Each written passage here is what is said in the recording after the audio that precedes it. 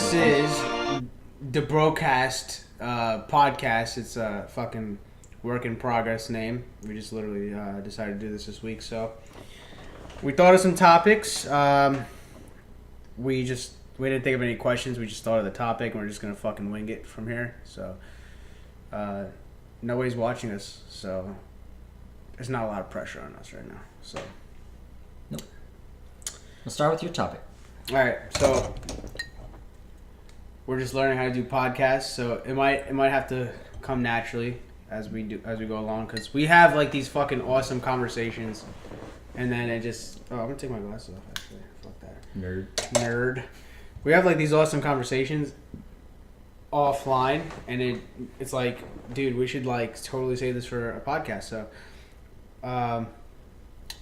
we were thinking of like topics, and we would just like stop at the middle of that, so that way we wouldn't fucking completely do it. So first topic would be potential Switch games, since Switch has been taking over the game. All right, so what are your thoughts? So with potential Switch games, are you talking about potential new games, known franchises, or are you referring more to like just stuff you'd like to see that isn't around yet? So Switch has been pretty much remastering a lot of games, like Skyrim, and they're just about to come out with Dark Souls. Thank you, Dark Souls. On the dunk.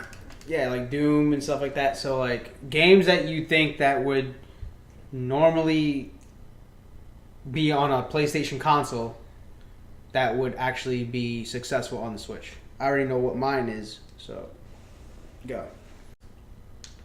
Honestly, there was a handful of like PS2 games that I wish I could play now but can't. So I would kind of like to see the Switch take on ATV, MX, BX games, because those would be really fun to connect with people and possibly play on the go, or like in a group setting, like you're at a picnic or something. I could see actually having a lot of fun with that. Because I know a lot of stuff that I used to like doing on that with my friends was the whole, like, you ever play tag with it? Or was it beach ball? Beach ball. ATV Off-Road Fury 2 specifically had a beach ball for tag. So it was a big beach ball that sat on the back of your ATV, and you would chase the other guy down, and if you hit him, it bounced over onto yours. So what I'd always do is I keep it for as long as possible to rack up the points or the time, and then I just go to the edge of the map and hit the end and go flying out. I could see that being a lot of fun. Oh, so it's like if I was doing that with a group of people. It's like Street, where like where you would have the ball. I forgot what the fuck it's called. It's like when you had the ball and like you would just like fucking you have to like run around with the ball and collect a decent amount of points doing tricks and shit like that. Pretty much, yeah. It's like tackle the fucking fuck. What the fuck is it called? Whatever. Yeah, but it's like that. So like if you were smart, you take a ramp and hop on the train that went around the whole thing, and the dude could not catch you. Whoever you were playing against connected. That's fucked up. You only had two controllers, so you can only ever play with two people. But like there were the other ones. I don't know if you ever played like ones where they had the BX involved, where you had like airplanes and shit that you could fuck with. So you could like take I never played those those. games. Oh man, those are so much fun. But aside from that, though, one of my other favorite PS2 games was actually a turn-based game. They're not big on turn-based, but I'm a Lord of the Rings nerd, so I played the Third Age a lot. And so for me personally, I would like to play that because it didn't require any online stuff. It's something I could see myself sitting, relaxing, just playing a turn-based game on the go, at work, during lunch, right? That kind of stuff. So I would like to see that. But as far as like a franchise goes, I didn't play games too much as a kid. I played some, but missed out your whole fucking childhood. Your childhood's all no, fucked. I'm gonna be outrageous. I'm gonna say bring Guitar Hero to the Switch. It's okay. Bring Guitar, dude. No fucking shit, bro. That would be a great way to bring Guitar Hero back to life, dude. And you could have you know how like it's the Joy-Cons, right? Yeah. You could literally have it because it's just a series of buttons. It's like a little controller with like a little flap for the thumb that you could tighten down on your thumb and hit the buttons, you know? Yeah. And then down here, just be, you're just hitting X or whatever every time. But I mean, you could do that at a party easily. See, a good idea with that would be they had like a little mini guitar. and like included because you know how because you know how they included the guitar with the game every time, right? Yeah. They can include a little mini guitar along with it because the purpose it's a fucking of it is that Switch. it's portable, so then you're carrying Right, a thing that's why. that holds the 2 Joy-Cons, but then you got this thing. Right, you got to carry separate. I like the idea. I would like that for a party, but that's the thing, though, is the whole novelty of being able to just take the 2 things right off. Yeah. And go, you know? But, I mean, I do like the idea of a mini turbo. In that case, you might as well make it a full size. That way it's actually No, because then it wouldn't be as portable. But you're making it less portable by carrying 2 things. No, but that's if you really, that's if you're like, okay, I'm going to leave the house today and fucking play some guitar. Fucking play some Guitar Queer on the train, you know what I mean? I hope someone steals your guitar on the train and just No, dude! Parker's you. It's my sweet child of mine. You can't fucking be taking this shit, dog. Fucking, I was in the middle of the fucking rift. No, that would be honestly a good way to bring Guitar Queer back to life. Because that's like the only thing I could think of that hasn't been redone, and there isn't a style of it or a variation of that kind of game or genre, I should say. And yeah, that game is so dead now. Well, I mean, dude, it's been a while since it was actually like a popular thing. It was fucking big back in high school, you know, because it was new. It was fucking new. It's like now everybody's just like the way that gaming has been changed throughout the generations. Hero killed it. DJ Hero, I mean, I never murdered it. Yeah, but that didn't last very long. It was like what, one game? And what Guitar Hero came after that? Yeah, but exactly. Those types of games were dead afterwards. Like it was just like cool. It's like I'm gonna buy a new fucking game just to play some new songs. When realistically, it could have just been graphics never changed. It could have just been downloadable content. At the end of the day, it could have just been. The thing is, DLC was on the rise, and it wasn't that popularized yet. But now in this day and age, you have DLCs. Basically, everything is fucking DLCs nowadays. You have different style of gaming, season passes and shit like that. So everyone's a solo gamer now. See, like they could, I mean, you know, not everyone, but really. So many people play solo anyway. That it's not. I have to disagree. A social thing. I have to disagree with you on that because multiplayer gaming has fucking evolved drastically within the consoles. Because realistically, to get the ultimate gaming, multiplayer gaming experience would be on a PC or an Xbox or an Xbox in general, not even 360. Because PS3, PS2, like I was always when I started online gaming, I was on PS2 online, which was like a little fucking adapter that you plug into the back of the PS2. I always wanted that. I didn't know I needed an adapter, so I just plug it right in. And I'm like, how come I'm not online? So it was an adapter that you plugged into the back of the PS2, and I used to play SOCOM 2 all the time. So like I met so many, like this is fucking amazing. It's like, bro, I was 11 years old, and I was like, and I was playing SOCOM 2, and I just met so many fucking cool people. Like I was just like day in and day out friends with. You know what I mean? Like I couldn't wait to fucking get home and play and shit like that. You know? Yeah. So like I was friends with dudes from Canada and shit like that. And we were like in this clan and shit like that. We were like getting up there in like the fucking ranks and stuff like that. Hey. And dude, it was just crazy. I would stay up till like 4 or 5 in the morning, just fucking playing this shit. And I was just like, it was just a whole different experience for me, bro. Oh, you woke up early, son. Bro, I would not sleep. I would not fucking sleep, bro. And it was just such a different experience for me. Like obviously Xbox mastered that, you know, and then like when Xbox 360 came out, they mastered that even better with the whole like party system, having a party with your friends. Incorporate the equipment you need. Yes, exactly. You don't need a third party PS3 had online gaming, but it wasn't as convenient and it wasn't as satisfying as it was 360. Because like when PS3 came out, it was just trash. Like Xbox 360 killed that shit, and I'll admit I was a 360 fanboy for a while. Like when it came out, and I've always been a fucking PlayStation fan. For the games, in general, since I was a kid, PlayStation 1, PlayStation 2, I was always a fucking fanboy. Because that was out before Xbox, right? So it was really the kind of like the. Well, PS3 came out. The buy-in. PS3 came out a year after Xbox 360. So. Oh no! I meant Xbox came out after PS, like during PS2's generation. I think it would have came out like a year after. Okay, yeah. So PlayStation was already established in 4 gaming anyway, so that was like what anyone would have started with. Yeah, exactly. That's like Nintendo. Exactly, but it was online gaming wasn't like a thing, you know. So yeah. So then when PS3 came out, this is around the time where the shit was so fucking limited to get a PS3, and it was like if you didn't get your PS3, if you didn't pre-order your PS3, you would have to wait like a month or two just to get another. Was it really that bad? It was bad, bro. I didn't realize. It was fucking bad, and they only gave out like 10 PS3s. What the? Bro, there was fucking What? One for every. So we had Circuit City, right? And there was a fucking line out the door around the block, and it was known that there was only going to be 10 PS3s, but there are still people waiting. It's like they're waiting to jump the other first 10 guys. It's like why is there people fucking waiting for PS3s when you know there's only going to be like 10? So were they gonna have pre-orders afterwards or something? Like, was it known or something? No, I don't know what the fucking deal was, but like now I know why Circuit City went out of business. But my brother was me and my brother were originally gonna get a PlayStation 3s, but because obviously I was 14 years old, I had no say in what system we got, you know. Oh yeah. But you know, he was buying it, and you're like, yeah. So exactly. So my brother eventually, like actually like a week or two after the PS3 dropped, he ended up getting a 360 instead with Gears of War, and then I started playing 360, and I was like, that graphics is so amazing. I need to get my sock. Oh my god, my dick. So and then eventually, like I was just like reading like all the games and like all the reviews on PS3, and it was just bad. Like there was no games out. Basically the Xbox One, how it is now, that was the PS3 at the time. That's basically how it was, and that's why I was like, fuck the PS3, fucking PS3, fucking failed us, blah blah blah. And then Metal Gear Solid 4 dropped.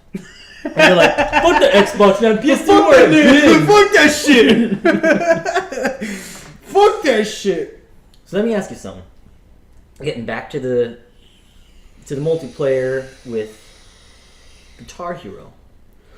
Have you ever played Mortal Kombat or like Injustice multiplayer? Yes, now? and it's miserable. Do you really want to play a game that's based on music, where everything has to be in sync between sending messages of the buttons to tell the game to play that tune, to hit that drum? Do you really want to play that online? And even then, the Switch already isn't online capable. But if it were, is that something you could picture playing multiplayer like that? Would you want to? I think it would be interesting because it's like, okay, so it's like, so Guitar Hero is basically like, it's a how well you can play the fucking song type of game, right? So you fuck up, you are getting less points. So it can go either way. It can go either split screen, which would be kind of gay because it's like that's kind of like couch co-op it's like type trying shit. to split on. Yeah, that's like couch co-op type shit.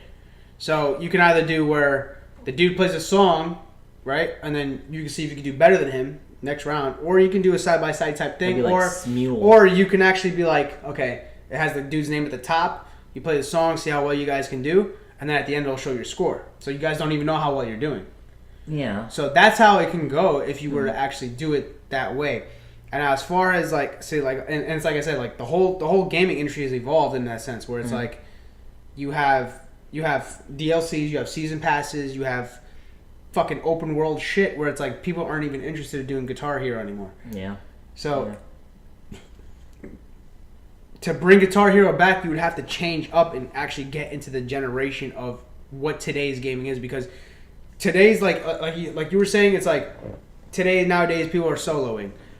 I disagree, and that's where I was going with the whole Xbox thing, where it's like I was more of a solo player back then when fucking multiplayer was coming up than I am now, because nowadays it's like I can't even play a game by myself for like an hour without getting depressed, without being online with somebody. That's how it is. That's how it is. It's like I used to be able to just fucking sit there for hours and play games with myself, but now it's like I need to be talking to somebody online in order for me to actually enjoy a game, regardless of like it depends. It also depends on the game. Yeah, you know, but something like anything that you're playing on the Switch now, so is going to be a single player game more or less. Unless you're willing to get absolutely plug into your phone, download the app, More, right? yeah, so more it's or less. like, as far as attempting to do something like revive something like Guitar Hero by bringing it to the Switch, the only way it's social is if you're taking it out. But okay, so when I say that, like, games are solo, I'm not saying like everybody, I'm being general. So I think it's probably fair to say it's a 50-50 split. You got the group people who play things like the sports games, 2K and stuff, where they're doing like the 1v1s, maybe like, or whatever online. Yeah. People playing sports. You got the guys who are playing Call of Duty and Battlefield and all that. There's a huge majority of people, not majority, but there's a huge number of people that are playing the Fallouts, right, that are playing the which Mass would be Effects. a great game to go for the Switch.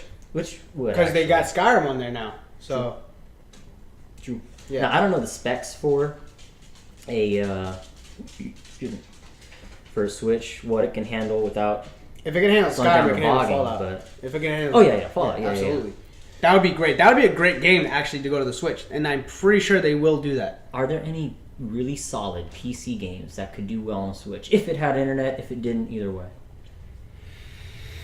Could something, if it had internet, like World of Warcraft? Absolutely fucking not. That's a PC game. It has right to be. there. It has to That's have a a keyboard. fucking PC. That's PC. That's the PC birth child right there. Well, yeah, it is. But Imagine, could there be a good port? Because you No, played World of absolutely Warcraft. not. Could there be a good port? No. World of Warcraft has been out since 2004. They will never fucking port that game to a console. Period. That would just be asinine. That would be ridiculous. No, that game is. If they did, would it work though? Would it work on with It a can. console style controller? It can, but No. and I feel like it's been around at PC for so long where it just wouldn't work on a console. Because I'm thinking of it more as like If they were gonna put it on a console, they would have done it by now because World of Warcraft has been out over a decade with X amount of expansions already. So it's like, why would you do that? Nobody's going to want to port over because all their stuff is there, and they honestly would probably have to do a ground zero port. 100%. You probably couldn't start where you were. There's that too makes much. sense. There's way too much to do in World of Warcraft. On top of that, there's a lot of clicking. There's a lot of macros that are involved as far as setting up your macros and shit like that. Yeah, it wouldn't work. So I was thinking it'd be really convenient for people to be able to grind when they're at work or no, something. it would be a good They grind. go take a shit on company time and they're fucking it's an MMO, hunting bro. down animals and shit. It's an MMO, so there's not really a lot you can do on a Switch for World of Warcraft. It just wouldn't work out. Monster Hunter was it was the DS thing, wasn't it? It was a DS. Did they come to Switch? It was a PlayStation thing too. Oh, it was too? Okay. Did it come to Switch? Not that I know of. No. I'm kind of surprised. Do you think it would have? Nah, I mean it could have. I mean it could. They definitely could have gotten away with it. Absolutely. Yeah. They definitely could have gotten away with it. And plus, I heard that one of the things with Monster Hunter was like in the old ones, you know how you eventually did have to hook up with buddies to hunt down monsters. Yeah. Whose health bars was so fucking big and shit. Mm-hmm. That with this one, they actually gated it where you can actually take on anything solo. Yeah, you'll have a harder time, but it's not an outrageously difficult thing for the solo players on console. I heard that's something that they did. So on a Switch, it would actually work out anyways. It could because you can you wouldn't have to hook up with anyone. But it'd probably be like a fucking bitch and a half to try to connect to somebody. You gotta get their fucking IP address or some stupid shit, you know? So here was my idea on probably the perfect game port. Metal Gear Solid. Remastered. Everything. Why I say that is because Metal Gear, like the first Metal Gear, originally started on the NES. Did it really? Yes. Like the NES, or which NES. Nintendo system? NES. The first NES. Yeah, Metal Gear and Metal Gear 2. No, it didn't. Did it really? Yep. I did not realize that at all. Metal Gear Solid came years later. It came out after Metal Gear 2, which was when Snake fought Gray Fox in Zanzibar. Which he wasn't even Gray Fox. He was Frank Yeager in Zanzibar. I never played those ones. The only one I've actually played was Metal Gear Solid. Yeah, Metal Gear Solid. Brian, if you're watching this, you owe me my game back. If you don't follow the story like that in Metal Gear, so Gray Fox, the ninja with the fucking suit and shit like that with the sword, that was Naomi's brother or stepbrother. The one that in Solid, when she goes running, you stare at her ass, right? No, that's Meryl. Oh, never mind. That's Meryl. Never mind. So yeah, I mean, you have to play the games. But that's the same shit. But that it has a backstory to it. They don't go too like. The later games that come out, they go a little more in depth with it because obviously they're not going to realize everybody fucking played the NES versions, right? Because it's like shit. It's like this game's kind of old. I don't think, and it's fucking stupid hard. So I don't think everybody's going to fucking play. So being on NES, did it look Mario-esque or like The Last Ninja? Like what did it look good? It looked NES. Really pixelated 8-bit, whatever. So here's the thing. That's so weird to here's what they did, right? So Metal Gear Solid 3, right? When it came out, they dropped. Did they have a little Easter egg? No. Oh, that'd be epic. They allowed you to play Metal Gear Solid 1 and 2 on Metal Gear Solid 3. So just redone. Oh, that had to be amazing then. Yeah. Okay. So you actually got the opportunity to play those games. Was it easier to play? Because you mentioned they were hard as fuck. So were they easier to play? They're just hard as fuck games. Okay. They're just hard fucking games. I mean, anything. Yeah. See, the thing is with NES back in the day, they try to make it as hard as they can so that way you have more playability. Oh. They tried to give it more longevity because they knew people couldn't just afford a million games like that because they made games like $60, $70, $80. So they made sure, because a lot of kids got games for Christmas, You know, this is when fucking video game consoles started coming up. So kids would get like one game a year, you know, for Christmas. Yeah. And they would try to make it last that entire year. Yeah, Basically, how The Witcher is, where it's like 300 plus hours, they tried to do that with NES games. Because there was not really any saves like that. That's true. So they try to make it as hard as they can to give that game that longevity. Kind of like, I got you. So that's the thing.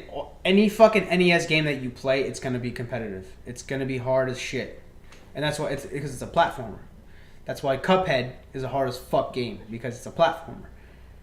So it's like they try to bring that whole. I'll never try playing that again. I beat it, and I want to slit my fucking wrists. I tried playing Dark Souls, and I beat 2 bosses in 8 hours. I put 8 hours into that game, and I beat only 2 bosses. Everything is Dark Souls now. And you know what? Dark Souls is definitely to blame for that. It's definitely to blame. I'm just glad Arkham didn't go to Dark Souls. Or I never play an Arkham game. There are certain games that are meant to be played to enjoy. You know, it's like I feel like every game should have that option to be able to enjoy for what it's worth. Dark Souls. Dark Souls. Any game or every game? Or are you saying any game should? Any game. Okay. Any game. So doesn't necessarily mean every game.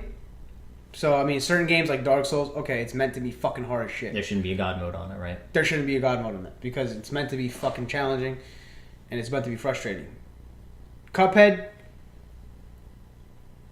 you could have a God mode on it, but you're not going to get the full experience of it, but you could get the full experience of the visuals. Because that's the main thing about that game is the artwork.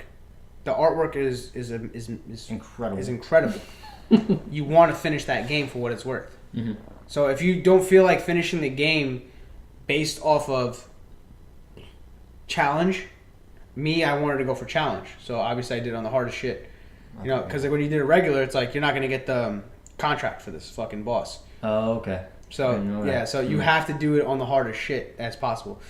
I did the first couple of bosses on expert, because you unlock expert after you beat the game. Oh, okay. They weren't that bad. And then it's like, fuck.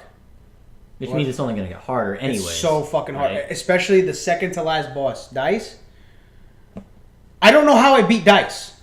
What is he? Is he actually a dice? So, instead of dice? Or a die? Is he like a giant flower or something? That's what I mean. Like, what is So, before you fight the devil, right? You're literally on a dice table, right?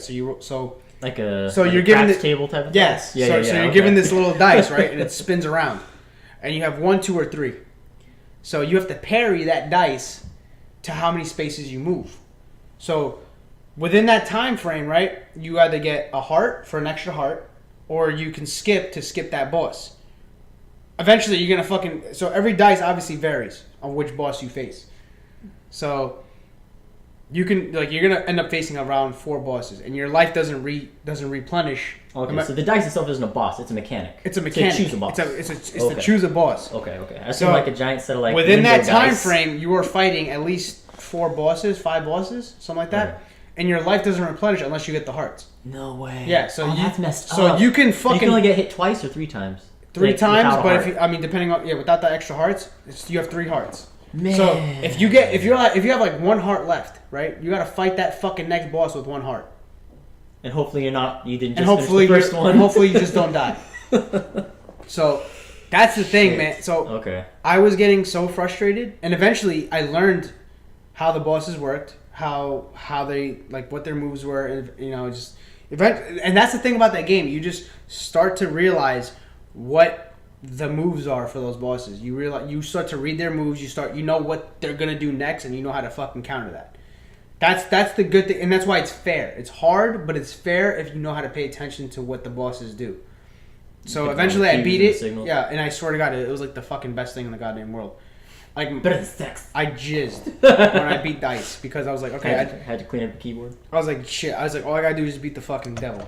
Devil's a bitch, but not as bad as Dice because of that reason of the because of the health. Because of the health reasons, yeah. Okay. You're fighting 5 bosses with the same health. So, question. This wasn't a topic, but I gotta ask. So it's so easy nowadays to get a game that's where you say oh my gosh, why is this Dark Soul quality bullshit? Mm-hmm. So it's so easy to say what games you don't want to see with that difficulty. What games have you played that you would have liked to see that difficulty, or maybe you'd like to see that difficulty? I can already say right off the bat, just from hearing you talk, and already kind of the style of the game is slightly similar. Hellblade, Senua's Sacrifice. I absolutely love that game. And that game, so it says in the beginning of the game, if you die, all your progress restarts, you gotta start the game over again. Ended up not being true. Spoiler alert, by the way. But that's a game where when I was playing, I was treating it in my mind like a Dark Soul because it had that threat to it. Yeah. But it didn't actually have that difficulty. And looking back, because I beat it on easy, normal, and hard. And you know me, I don't replay games like that usually.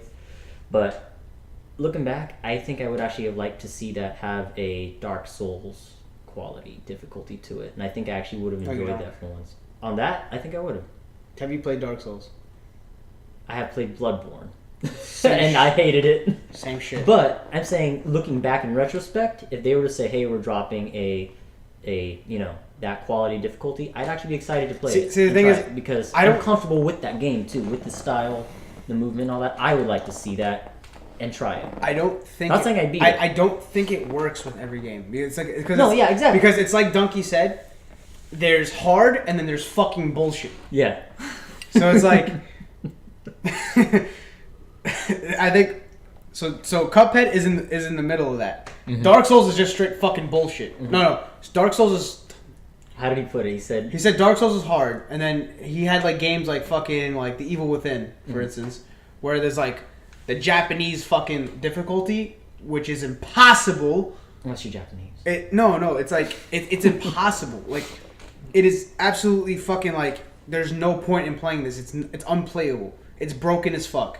So there's a point of being broken as fuck hard, and then there's being challenging hard. There are games that are like, hardest difficulty after you beat the game. It's like unbeatable, unless you're like a god. And it's like, why do I... No. I don't want to see, but that's what I'm saying though. Me being the, frankly, shit gamer that I am, if I can comfortably go back at any time, which I have since, and play that game on hard and not feel concerned at all, I feel like it should be harder. Not saying I necessarily want to never beat the game. Here's the thing though. I feel like every game should have a limit depending on what type of game it is. It should have a limit on how hard it should actually be. Games like The Last of Us, for instance, when I was living in the barracks, my roommate played it on the hardest fucking difficulty. It took him like 6 or 7 months to get to the end. Really? Yes. But it was doable though. It just took a lot of time to but you don't want a game to take you that long to beat on the hardest difficulty for what? A trophy? Saying good job, you beat the fucking game. And also, in this generation where it's not like NES games where right, make a game exactly. So that's fair. Yeah, that's what I'm saying. There's challenging and then there's bullshit. Mm-hmm. There's bullshit where it's like you're just making the game unplayable for me right now.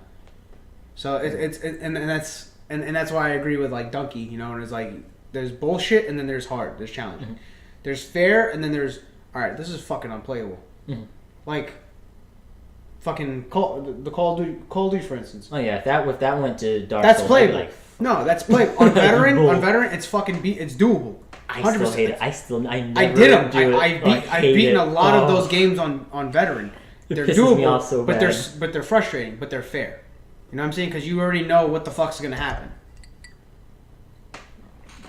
You already know the tactics on what to do. Yeah. You know how often they're gonna reload and go back, and exactly where they're gonna send. Yeah. Right, they're all doable. But if you were to give fucking, I don't know, what's a game? Like Hellblade, right? Which on hard, it's probably hard. It's not. It's not? I'm telling you. You know me. You know what a shitty gamer I am. If I can beat that on hard and like go back right now and start playing it, and if you watch me play, I won't trip balls about it. Like, it's surprisingly easy. It's not that much harder. They gave the guys more health, really. So if you gave a game like fucking Batman, right, which is meant to be just click, you know, fucking just counters, square, triangle. Yeah, where they're like, okay, you can't do this. Now you have to actually use tactics on super duper fucking impossible hard. That game would be unplayable because you know how many enemies fucking get thrown at you, plus fucking all the bosses and their strengths. It'd be unplayable. But I think that's where, for some people, not everybody.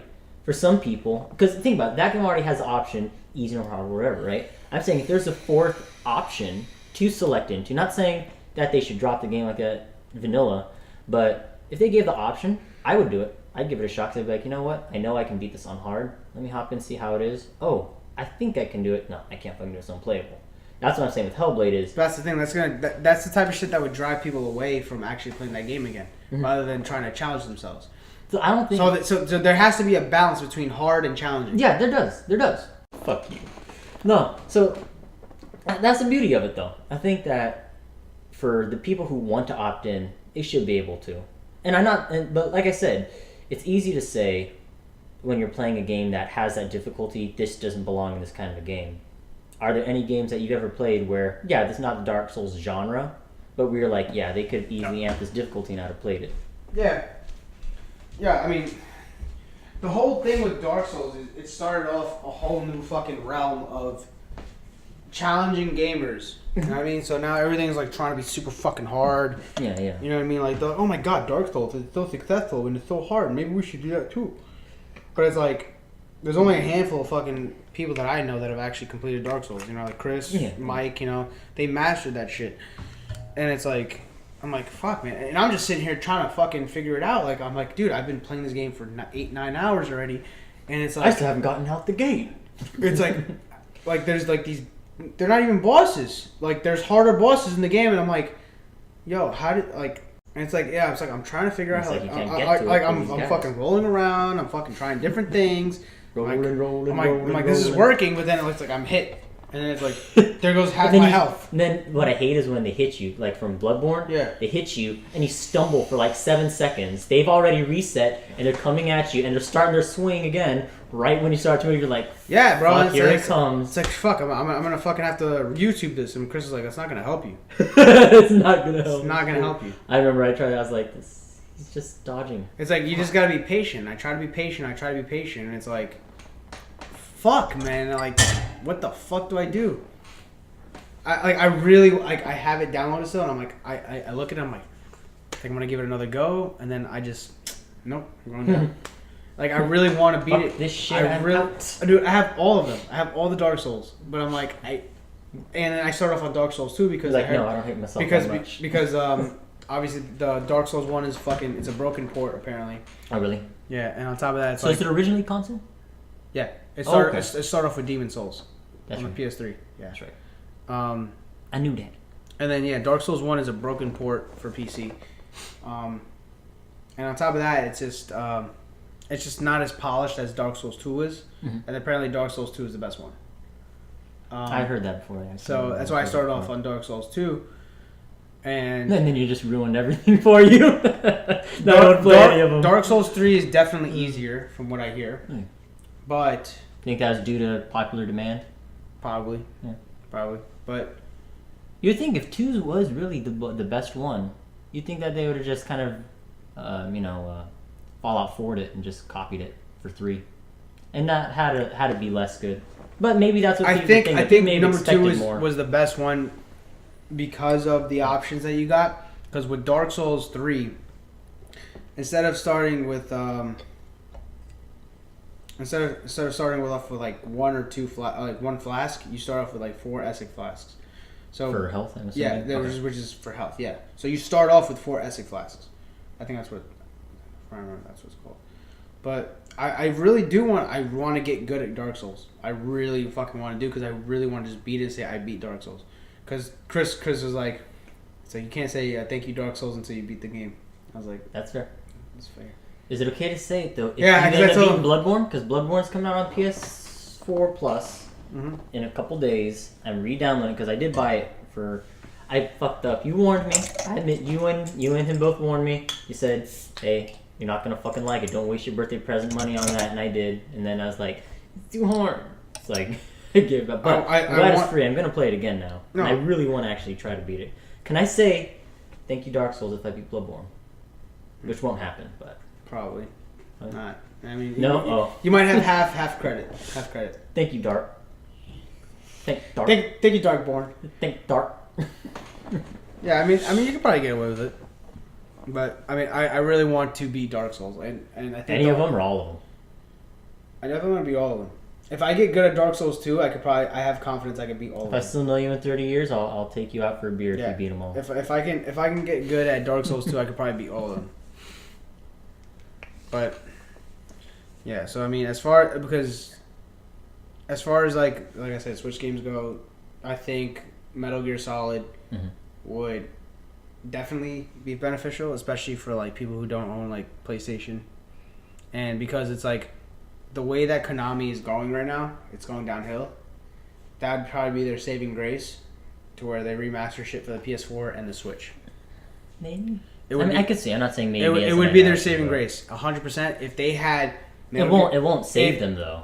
If they had Metal Gear Solid 1 off the end to Metal Gear Solid 5, if they fucking found a way to port that over to the Switch, they did a Street Fighter bundle, so to speak.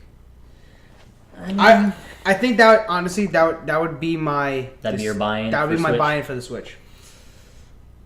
That would definitely be my buy-in for the Switch. Let me approach it like that. Is there a buy-in for me that would make me absolutely buy a Switch? I'm already 99% there, bro. Like the thing that's stopping me is like I want to beat the 3DS games that I have right now, because I have 3 that I want to beat right now. If they put those in their library, then you can just put it there anyways. And I barely fucking touch the thing. Because the only time I ever touch the thing is like when I'm like doing something like watch, or if I'm on the bus going to New York, and then I barely even do that. Sometimes I'll just forget about it and watch movies, you know?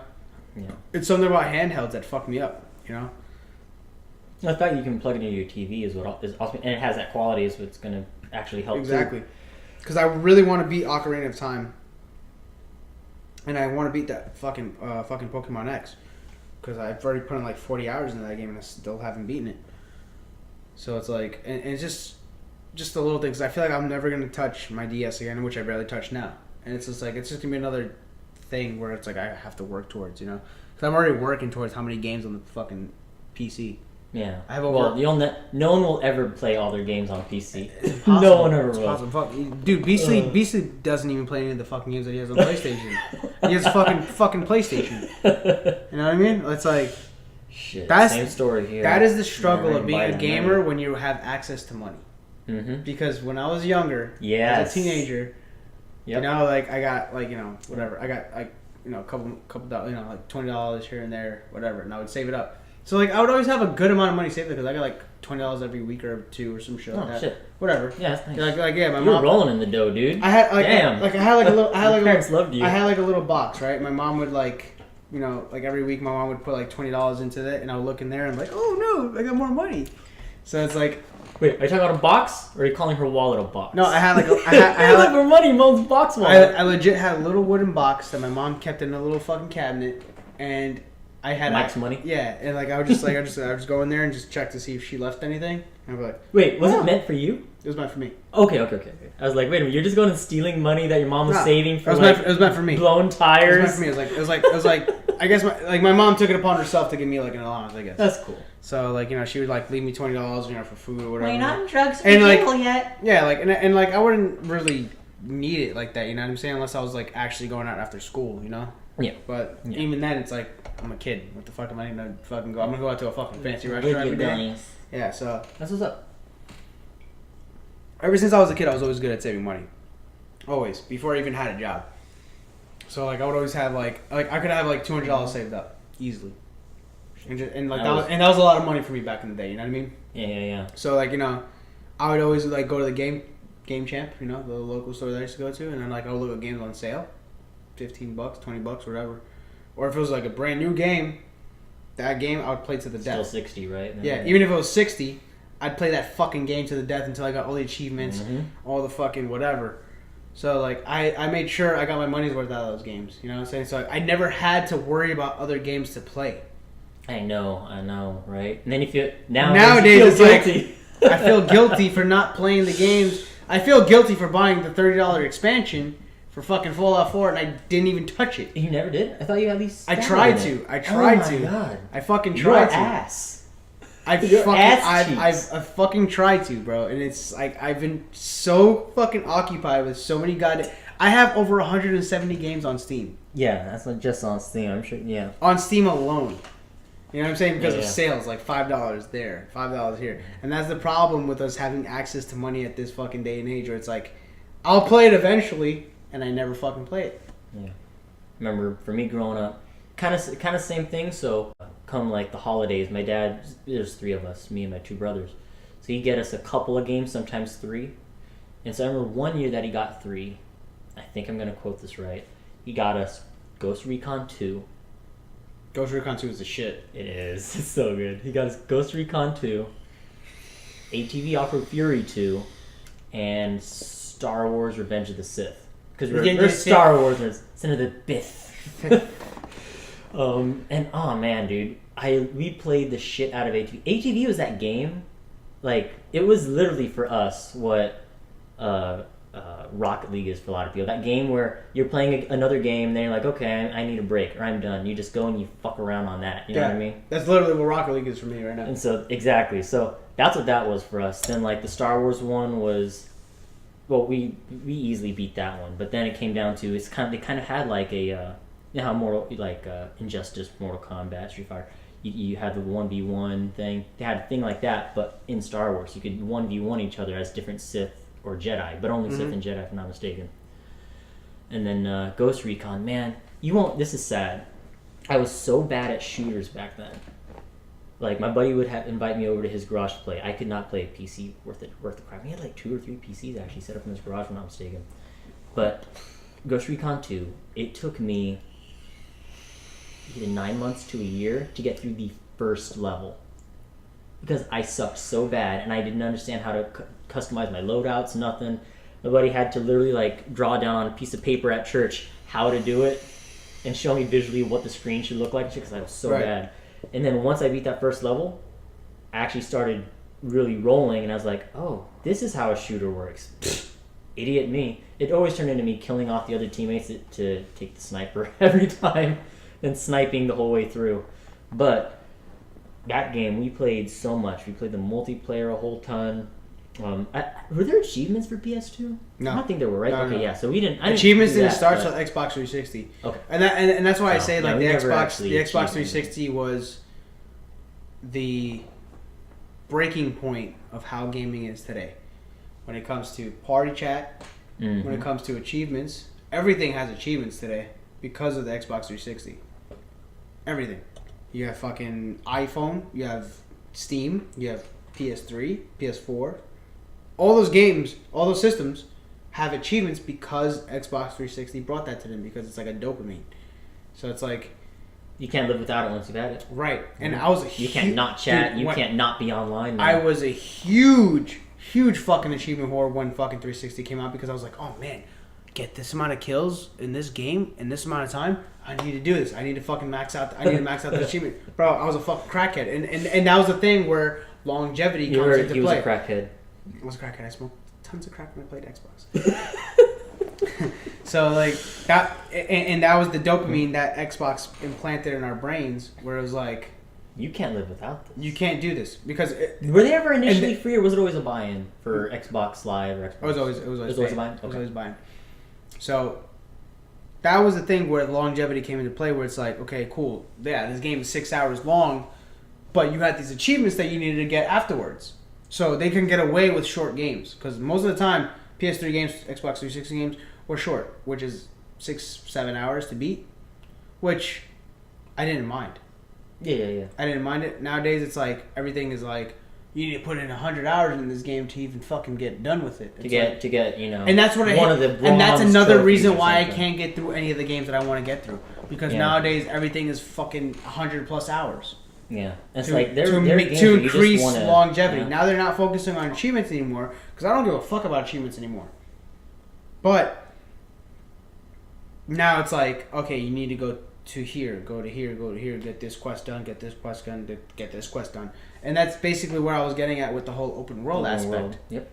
It's like everything is trying to be an open world fucking game when I just want to like and Gary fucking hit. That's why I love Gary because me and him like we're referring to the Revolver Live podcast, by the way. Revolver it's the Live. shit. If you don't watch it. Fuck us. Go watch. That's why I love Gary because he's like, I love games where I can just be done with it in 3 or 4 hours and I'm done. I got my fix on a storyline. That's how I am. Mm-hmm. But the games that I want to get to aren't that. Like, yeah. They're fucking like 100 hours plus, like The Witcher. Like I really want to play The Witcher, but you know how many fucking hours I mean, like Briar put in 300 plus hours in that game, and he's like, you know, like I'm sure he's nowhere near done too. Probably, yeah. He's done. He's waiting on the last DLC. He said he's gonna hit that soon. That's what I'm saying, dude. Like to make it last. That's like he's doing that because he wants to make it last. I put in over 600 hours into PUBG. You did? Yeah. Loser. I put in 600 hours plus into PUBG, and I feel like I'm shit. I don't know why you bothered. China #1. China #1, bro. I feel like I'm garbage in that game in comparison. I put in 600 plus hours, and I'm like, oh my god, I'm decent, but I feel like I'm not that good. Same thing with Rocket League. I put in over 123 hours in Rocket League, and then plus whatever fucking I put on PlayStation. I put in 400 plus hours into Rust. I can't even imagine. Because think about those games, aside from Rocket League. Think about those games.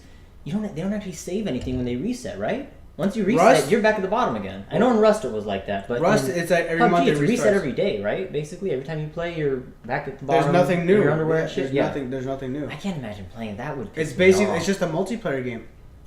Rust is just PUBG is basically just it's a deathmatch type of game. Yeah. But it's so addicting, so you can't stop playing because you want to constantly renew your characters, huh? How many chicken dinners do you have? Good amount. Probably, if I had to guess, Solo, not too many. Probably like 2 or 3. I rarely play solos. Okay. I mean, I've gotten probably like 2, 3 solos, chicken dinners maybe. Nice. I probably have like 30 chicken dinners in total. I will be getting PUBG to play with you when I do get my PC, for sure. That, and I'm definitely gonna buy Sea of Thieves too. That looked incredible. Was it fun? It's a lot of fun. Yeah, and it's not even out yet, yeah. God. I'm excited to see. I'm really nervous because I don't know if it was the Revolver Life podcast or the Destiny Community podcast, but one of them was saying that, I think it was the Destiny one, was saying that they have like the treasure maps and stuff, and what they're nervous about, which is an issue in Destiny, don't worry, this won't turn into a Destiny podcast, is that it turns into kind of like just the same thing every time and it doesn't change a whole lot. I really hope that the guys who make this are really good at making things vary in an interesting way, not just. That's why I look for this riddle islands. Oh, it's referring to these islands. Okay, now look, go to the sunset and you'll hit this eventually. That's why I asked Brandon. I was like, they're gonna have quests and shit right in this game, right? He's like, yeah. I'm like, okay, cool, because it's like. But are they gonna be? Because I was having a lot of fun. But after like the first 5 or 6 hours, I was like, is there gonna be a big PvE component to it, or is it mostly gonna be PvP? I hope it's only PvP. Okay. Because that would be boring. You hope it's only PvP? Yes, I hope it's only PvP because that. I meant to ask. I think there's gonna be much PvE aspect to it. Well, no, because I feel like that's only a quest would be interesting. It's like you're going to visit and help other people, kind of like Witcher, so to speak. But like, it's more of it's more of an MMO. So, okay.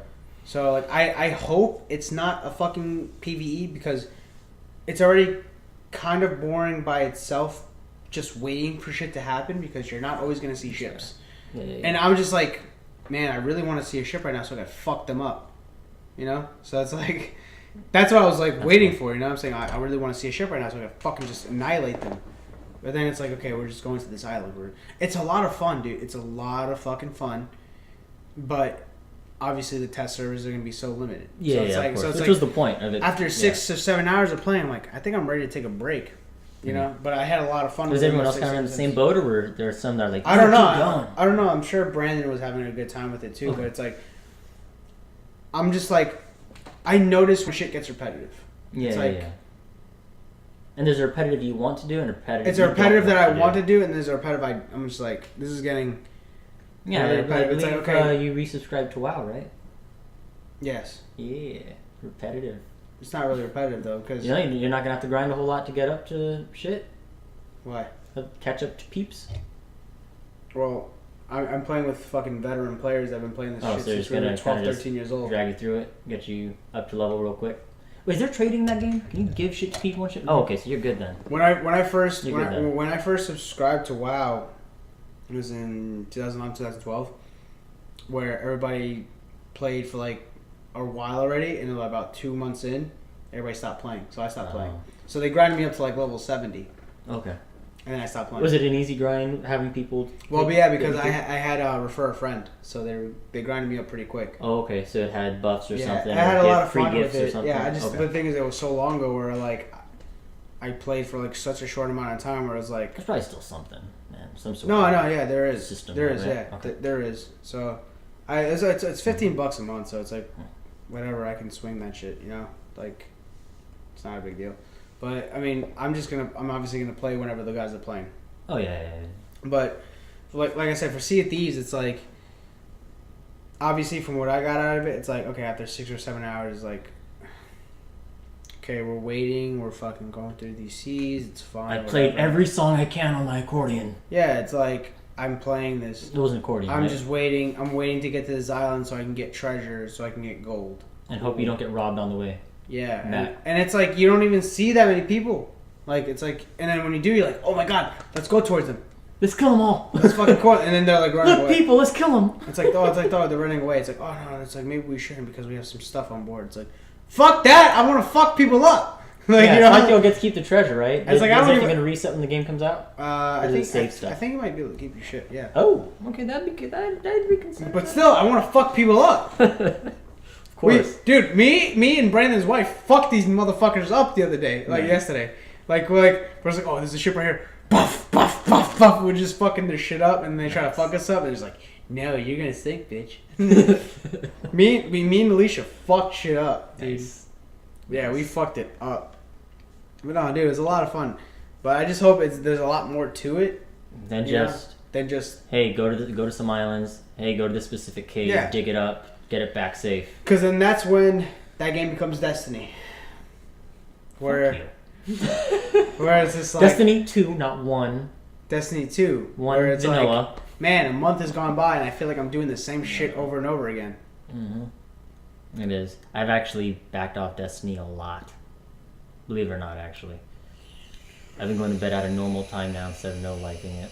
But Destiny 1's the GOAT. it's the best. And I didn't even play as hardcore as you did. Best. Dude, what was so great about Destiny 1 was that by the time you got to year 3, everything more or less had been perfected. The only thing I needed to change was sandbox issues. You know, this gun's underperforming, this gun's over. You know, but the game itself was perfect. The grind was perfect. The weapons were awesome. You had a reason to try to get the same weapons over and over because the perks would change. The gear looked good. You wanted to get the gear. You wanted to get the ornaments. You know, you wanted to show off and be like, yeah, I'm a vet player. Look at this shit, you piece of shit scrub, you know? And then when Destiny 2 came about... Everything is catered to marketing. casual players. All marketing for Destiny 2. Yeah, it's Vanilla. all marketing. It's like, buy this to get this shit. And even, like, even if they did that, I could have justified that if the game didn't... If Vanilla, or Destiny 2 Vanilla wasn't Destiny 1 Vanilla fixes. You know, everything that was wrong with Destiny 1 Vanilla, because they were already making the game after Destiny 1 came out.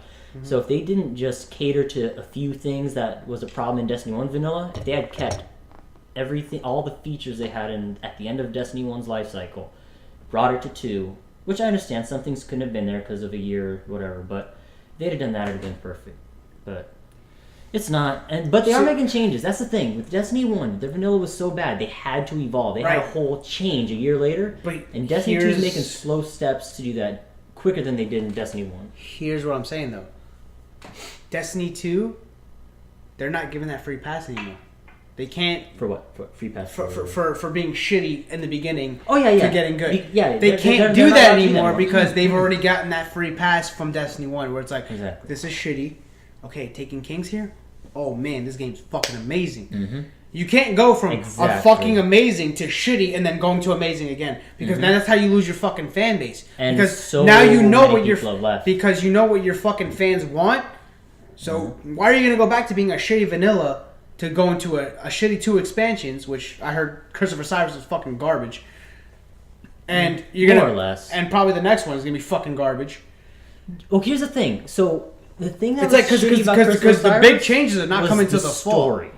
Right. The story game stayed the same. The story was not interesting. The story was good for Destiny 2. Osiris. For Destiny 2, the story was great. Yeah. The story was really good. Yeah. I will say that I'm like, wow, the storyline is definitely a way more captivating than it was for Destiny 1. But it's like, yeah, okay, cool, we beat the story, let's fucking level up and fucking get ready for raid, and it's like, cool, it's like, I gotta wait a week to fucking get my shit. Cool, okay, I did all my stuff, what do I do? PvP? Oh man, we all hate fucking PvP, because it's not fucking cliche fucking gaming fucking PC Team PvP. shoot, It's just not a good PvP. It's just not a good classic PvP.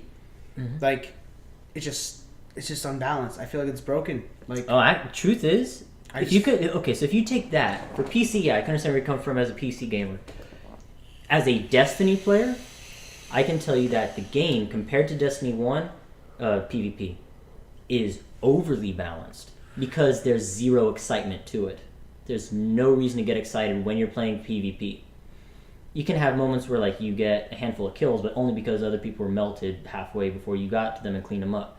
That's the thing. They took a game where people said, "Hey, we got this problem with these weapons. We want to use them more." So they gave more of those weapons. Time to kill is way too quick. So they slowed it down to where you gotta basically put 2 clips into someone, and it feels like fucking The Division. Yo, I swear to God, it feels like forever for me to get a kill, and then somebody will fucking like 3-tap me, and I'm like, what the fuck? Like, I just don't feel like it's balanced. Like, I just feel like it's just out of whack. In comparison, to like a Call of Duty game, which, it's not the best fucking PvP, but it's fucking balanced. You know what I'm saying? Guns kill.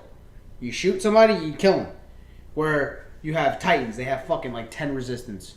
Where you have like a fucking Hunter who has like 2 resilience. Or like a fucking... And then you have like a Warlock, he has like fucking... Recovery. Yeah. Recovery is like fucking instant. And it's like, where does it fucking stop? Where do I know when to go against a Titan face to face fucking 1v1? You know what I'm saying? Like, oh shit. That's just it. There are no 1v1s, and that's what makes the game blow. I mean, there are 1v1s, but because of how the maps are structured, it's deliberately set up where you have to team shoot. So if you're going 1v1 and his buddy shows up, you will lose. It doesn't matter how much you melted him. The minute someone gets a second set of guns on you, it's over. And that takes away from the magic of Destiny 1, where it was like, I turn around, I snipe you, I turn around, hand cannon you at a ridiculous distance because it's broken.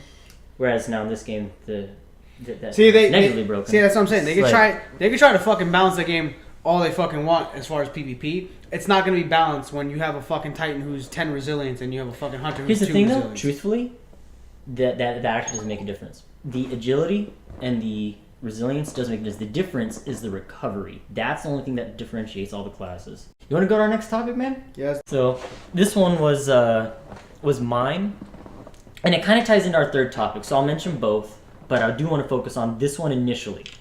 So the first topic is who killed DC as far as movies go, Zack Snyder or Christopher Nolan? And it seems like an obvious answer. Now the second topic we're probably going to bleed into is DC versus Marvel TV shows. And what makes one better than the other? Is one better than the other?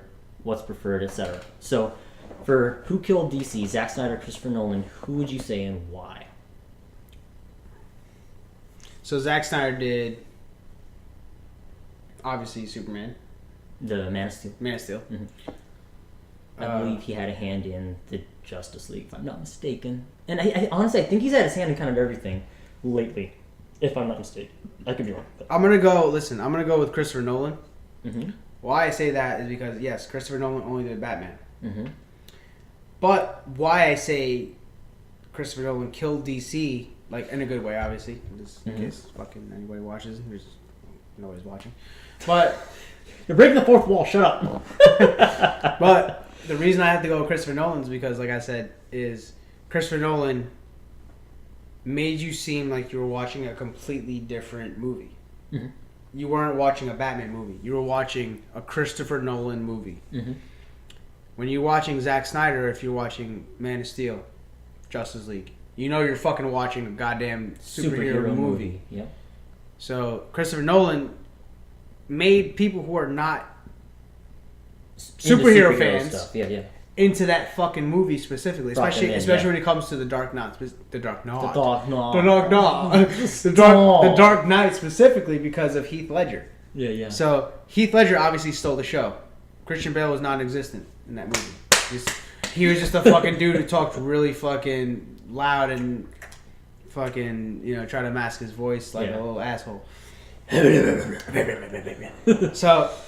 Like I said, like you go into that movie and you don't feel like you're watching a Batman movie. You literally feel like you're watching like fucking Inception, and just the theme of it was just so dark. The tone, it was super dark. There was no fucking uppity fucking bullshit. It was. Yeah, there was nothing that there was nothing that made you like, oh, this is so funny. This is not. Yeah, none that gave you a lighthearted feel. It was dark. Everything about it was dark, and that's how Batman should be. That's what Batman is meant to be. So my answer, would be the same. Christopher Nolan. In the same vein, because I feel like he did something. He set the fucking bar. Exactly, he set the fucking bar. Exactly.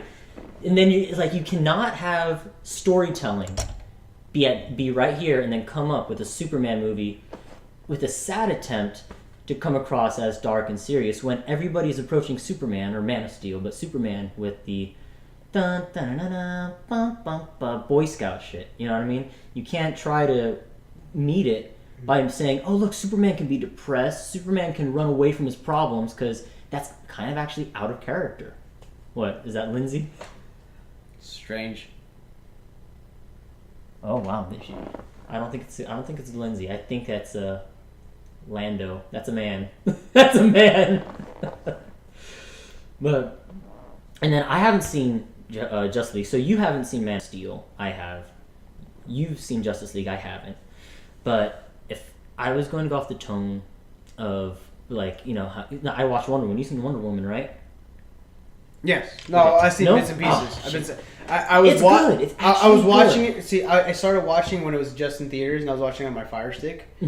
And it was shitty quality, so I just watched like half of it, and then I stopped watching it. Yeah, it was good. It was not Christopher Nolan good, of course, but but that's the thing though. Like you mentioned earlier, part of what drags you into it is that dark tone. Any of his movies have that serious tone, not necessarily dark per se, but always have very serious tone. He hasn't come out with a movie in a while. He hasn't, yeah. He came out. What is the last thing he came out with? I don't know. I want to say Inception. Really? Okay, maybe. That was the last big movie he did. Nah, I think Dark Knight Rises came out after that. I feel like it did. But it's it might for the same time frame anyway. But yeah. But in that same vein though, about talking about how dark it was. As dark as Batman can be, and should be, it's definitely gone to Marvel as far as TV shows go. Movies, fucking Marvel doesn't. Measure when it comes to tone. No, when it comes to tone, when it comes to TV shows, Marvel fucking kills it. They do, absolutely. Marvel fucking kills it because realistically, Marvel is a darker. Like when it comes to the characters, like X-Men, X-23, Elektra, Daredevil, Punisher, they all have a darker tone to it. When you think of DC, you're like, oh, DC definitely has the darker fucking tone to it, but it's like, no, not really. Only dark tone of DC is really Batman. And that's where all the major villains are at. Is fucking Batman. And even like some of the TV shows like Arrow, where they do tend to go darker. So here's the thing. You could approach this kind of a topic about tone from the cinematic aspect, where you look at the movies and the shows, or from the origin aspect. Ew. I know how you feel about comic books now. Shit. Comic books. If you're going to look at comic books, then overall, I wouldn't necessarily say one is darker than the other when I really think about it. But if I'm going to think about who has more dark characters, it probably lean toward Marvel. But just because they do have things like Daredevil and Punisher, who I give it to because they both are dark in the comic books. Right, but Daredevil, I mean, more sense Elektra too. Not even Daredevil, because Daredevil doesn't kill. Oh, I'm referring more to like he is a night vigilante. His thing was, his whole origin is marred by tragedy with himself and his father. That's what I'm talking like the tone, dark story. So if you want to go down that route, Logan, Okay, so here's the thing. Are you talking about movie or comic book? Both. Both? Okay. With the X-Men... X-Men's origins, as not X-Men origins, but, you know, with the origin of X-Men comics, they're actually pretty lighthearted. I'm talking OG. I'm talking OG, colorful art. Any OG is really lighthearted. Even Batman. Yeah. Yeah. Yeah, any OG, really. Because if you want to go down that route, then technically Spider-Man is dark because he lost his parents and then he lost Uncle Ben. Which the thing about that though, while I do agree, you can never actually throw his parents out there because it's never actually brought as something. You know, right. The thing is always his uncle's what pushes the edge. Uncle Ben. Yeah. Edge, yeah. But the thing is with Spider-Man, like Deadpool, he's a comedic superhero. I don't even think he's comedic. I think he's just lame, man. It depends on the Spider-Man. You open up a Spider-Man comic book and all you see is thought bubbles, man. Motherfucker. The goddamn motherfucker lost his goddamn girl in the middle of a battle. And all he can do is the bitch broke her neck. Think about it. She broke her goddamn neck when he was trying to save her. She shouldn't have been such a dumbass. Well, that wasn't her fault. She had a flimsy neck. Yeah, you're right. Genetics. Right. I mean, the motherfucker just you try to save her and it snapped her fucking neck. Was it like that's right? It was like that for Gwen, right? Gwen Stacy. That was his first actual love, and people don't really know about Gwen Stacy like that. Not like that. No, they know of her, but not like that. They know of her, but they know Mary Jane. Yeah. Yeah. So that was like the most iconic. Kristen Dunst. Ugh. That was one of the most iconic scenes in superhero history as far as Marvel, because I was like, yo, Gwen Stacy dead? Like. That bitch dead. That's fucked up. That bitch dead. Yeah, that bitch snapped her neck. and that was another reason. And actually, that was one of the reasons why Andrew Garfield didn't agree to do another. He's such an idiot. But even then, he wasn't built for the role anyways. Yeah. He was too cool. No, but he was a good Spider-Man. He did a good job. I did enjoy him actually. I enjoyed him much more than Tobey Maguire because he was cool, but he was still funny and nerdy at the same time. I wouldn't even say he was nerdy. He was just cool. Exactly. He played the perfect balance. I wouldn't say he was nerdy though. He wasn't a dork. But he was the perfect balance. He wasn't a balance if he wasn't dorky enough or nerdy enough. They made him say some smart scientific shit, like when he visited Oscorp. But he wasn't a But the thing is, nerdy Spider-Man is a fucking... There's no balance. The Spider-Man was always a comedic fucking superhero, though. But that's where you have to give it to. Not saying you weren't, but you have to give it to this new guy. What's his name? I didn't know the name. The current guy. See, Avengers guy. Him. The thing is, because he's awkward. That's what makes it good. I need to watch... You haven't seen the Avengers? Civil War. So I haven't seen the Civil War yet. You can't even talk about this then. We're skipping this topic altogether. We can go back to TV shows if you'd like. We won't talk about movies. I almost watched it and something happened where I didn't watch it. But I was supposed to see it with an ex-girlfriend. I was supposed to see it with an ex-girlfriend. It didn't happen. Well, I'm glad you lost your virginity instead that night. No, okay. I lost my virginity yesterday. Yesterday. She's my ex for a different reason. Okay. DC versus Marvel. That was like the whole... I mean, we pretty much went into that. Universal console. Yes, this was your topic. I need to take a piss for this.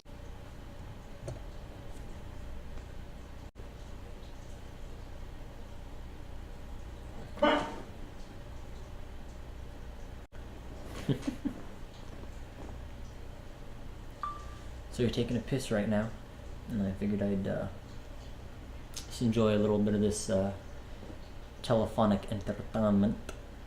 Look at that chin. So pretty decent. I sincerely hope that he cuts and edits certain things, but not that. Love you, brother. Yes! So, this is your topic. Universal console. Okay. Please do. Take the stage on this. Okay, so Universal console, obviously mean you were going to agree with the both. I don't know. Let's go. I want to hear what you have to say first before I decide to agree or disagree. Obviously, PS4.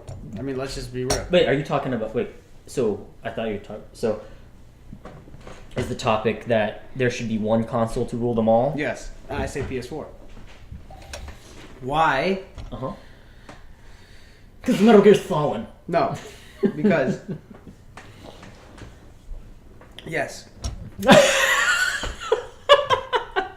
Gotta think with your solid, bro. But I knew it. no, but yes, Xbox did start the whole trend with online gaming, and pretty much was like the pioneer of pretty much everything how gaming is today. They are. Xbox 360 set the standards. That's fair. They fucking did. Like 100%. And if you think about it, nothing really changed. They mastered moving forward, other than just fidelity of graphics and sound and story. That's all that's ever changed. They mastered It's still it. basically and advanced it caused PS4 to sell their soul to the devil. So they mastered it, yes. In charge for PlayStation. But 9. PS4 took that and fucking just said, "Hey, we're gonna take everything that's good and make it ours." As far as exclusives, being user-friendly, having user-friendly UIs. User-friendly UIs, yep. And it's just so simple. And literally, Xbox doesn't, like, they've come out with fucking Xbox One S, Xbox X, and it just doesn't, and it's just, they don't have any games to back it up for. They have every game that PS4 has. There's literally no exclusives that even fucking can compete with PS4, and PS4 has VR. Up to this point, the only 2 games that have been of interest to me as far as I wish I had an Xbox but I still wouldn't buy one would be Cuphead, because it looks cool, which I'll never beat. If you had a PC, you can fucking play anyway. And Sea of Thieves, same story. Which Which I am buying a PC, so I can still play those games and still not have to buy into the Xbox. Which is backing up for what Breyer said. It's like, if you have a PC, there's no need for an Xbox. Absolutely. Yeah, I agree. There's no need for an Xbox. And then I wouldn't even have to buy a PlayStation VR headset anymore either. The only reason you would need an Xbox is for Halo. That's it. Didn't they bring that to PC? I'm pretty sure I heard that they did. They heard that on my other podcast. They have Halo 1 and 2 on PC, but I haven't seen any of the rest. I'd have to look online because I feel like they I don't know. did I don't know if the Master Chief Collection is on PC. I doubt it. If that were the case, I would have had it by now. Because I love Halo. Yeah, fair enough. I love Halo. I actually have the original. Maybe it's I have the original like Xbox back at home in New York. You gotta bring that down. The first. You got too many consoles in your house. Someone's gonna rob you. They'd be like, yeah, because I'm not gonna buy another Xbox if I have it in my house. Yeah. So, while if there was one universal console, I would agree with you. I disagree that there should be a universal console. And why is that? Here's why. You have the Xbox 360 come out, changes everything, right? Mm-hmm. Then the next generation, PS4, like you said, makes everything better. Come the next generation, Xbox 2 or PlayStation 5 or whatever, for all we know, Xbox is going to take everything good and maybe even invite new features to be the new dopamine, like you mentioned earlier, to make everyone want an Xbox. I think as long as there's competition and a console there's war, always going to be competition. A console. Well, you're saying if there's one universal console, then what is there to make better at any point? Let's just say that they won't just keep doing the same basic thing, maybe giving you better graphics. It's not bring new features. It's unrealistic, but this is more of like if you were to choose a universal console, I were to, yeah, it would be PlayStation for this reason. Because I like their controller more. That's the only reason why. Because here's the fucking thing, right? Here's the thing: if there's one universal console, all the games would come over anyway. Because there's obviously a way, because we've known from fucking Fortnite that there is a way to cross-platform from Xbox to PlayStation, right? Mm-hmm. And then, oh shit, people realize that there's a fucking cross-platform. We need to fucking turn this off. So why the fuck are you going to turn it off when it's like it's there? It's there, you know what I'm saying? That's because of Xbox. Well, that's Sony, really. But that's bullshit. Sony. It's fucking bullshit. It's like you have that option to do that. We're not saying all the player, right? We're not saying all games to fucking do that, but at least some games, right? Like how PC and Xbox, some games you can fucking cross-platform. And PC and PS4, some games, yeah. Right, exactly. So why not give some people that satisfaction? I'm not saying that to end the console war completely, because you're always going to be competition. There's been a console wars since the fucking beginning of goddamn time, since fucking Sega Genesis, NES, Super NES, everything. But they always got better by having competition. And right. If there's one universal console and all games are on one console, that company is always going to do what makes the most money, and that is do the least amount of work and charge the most amount of money. That's why you need to have I can't agree with the idea of a universal console. No, of course. But if I were to have to choose, it would be PlayStation because I like Of their course, because knobby controller. they're dominating the game right now. No, just the controller. But the Switch, they're fucking coming in, taking that shit right now. They're like, yo, let me get that, let me get this, let me get that. As far as a potential universal, it could be something like the Switch, but it'd have to be a second or third generation Switch. Because they need to change the hardware. They need to fucking upgrade. they need to get with the times already, bro. It's like Nintendo has been so far back with the times as far as like online gaming. It's ridiculous. They can only go with a novel idea every other generation for so long until it's like, bro. Oh wow, they came out with something where you could have a wrist screen, but it still doesn't go online. Bro, it's 2018 and Nintendo still has not mastered online gaming. Chat. What in the fuck? Chat. What in the fuck? Have you ever seen the videos of setting up a chat? Mm-mm. Watch Boogie2988. He does the Fat Guy Francis rage, where he has a Switch, and he actually at the end he smashes his Switch, but he actually swaps it out for like a shit tablet, without people knowing. But he has a Switch, and he's like, all right, I'm just trying to plug it, and he has his phone, he has headphones from the phone, he has wires going to the thing, and he's like, oh, I have to download. Like, it's ridiculous. Like, who's doing that? And the purpose of the Switch is the comfort of mobility. Right. If you look at Apple, the comfort of mobility is you got your phone, maybe a case that has a charger on it, and your headphones, maybe an Apple Watch.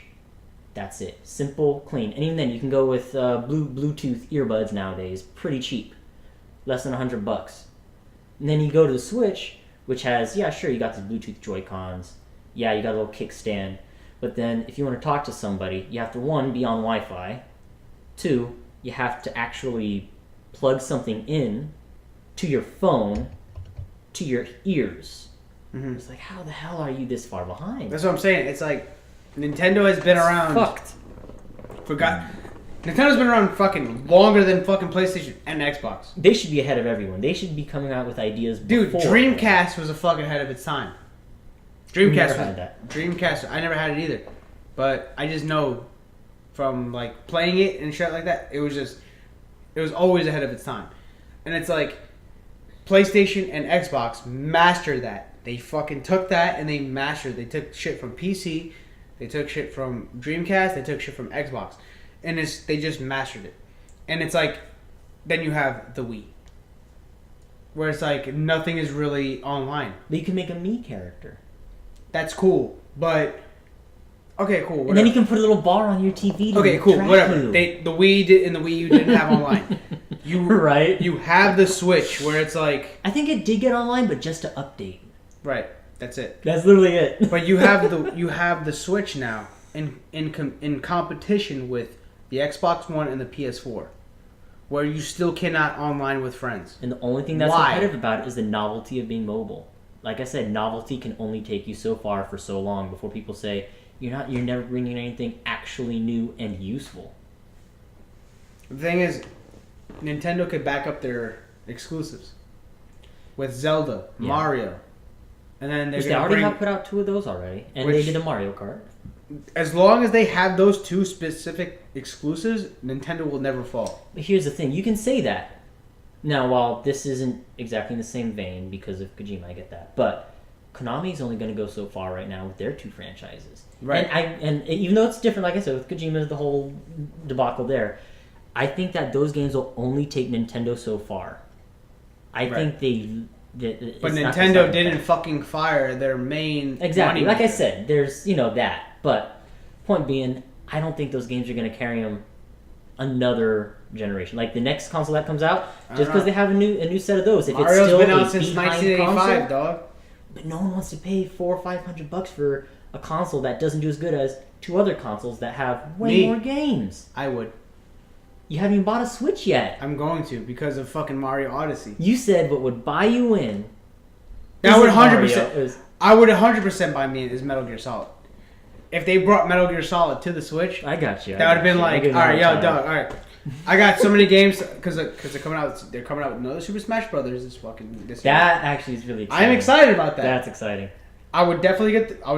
There's so many games I want to get for the Switch, but it's like, yo, they're all $60. And you're waiting for them to come out. They did not have enough of all they had really for the beginning was Zelda going for them. Zelda and Mario Odyssey. Right, those so are came out a little bit later. those are two It didn't classics. It didn't drop on release. No, it dropped the same fucking year though. Same year, yeah.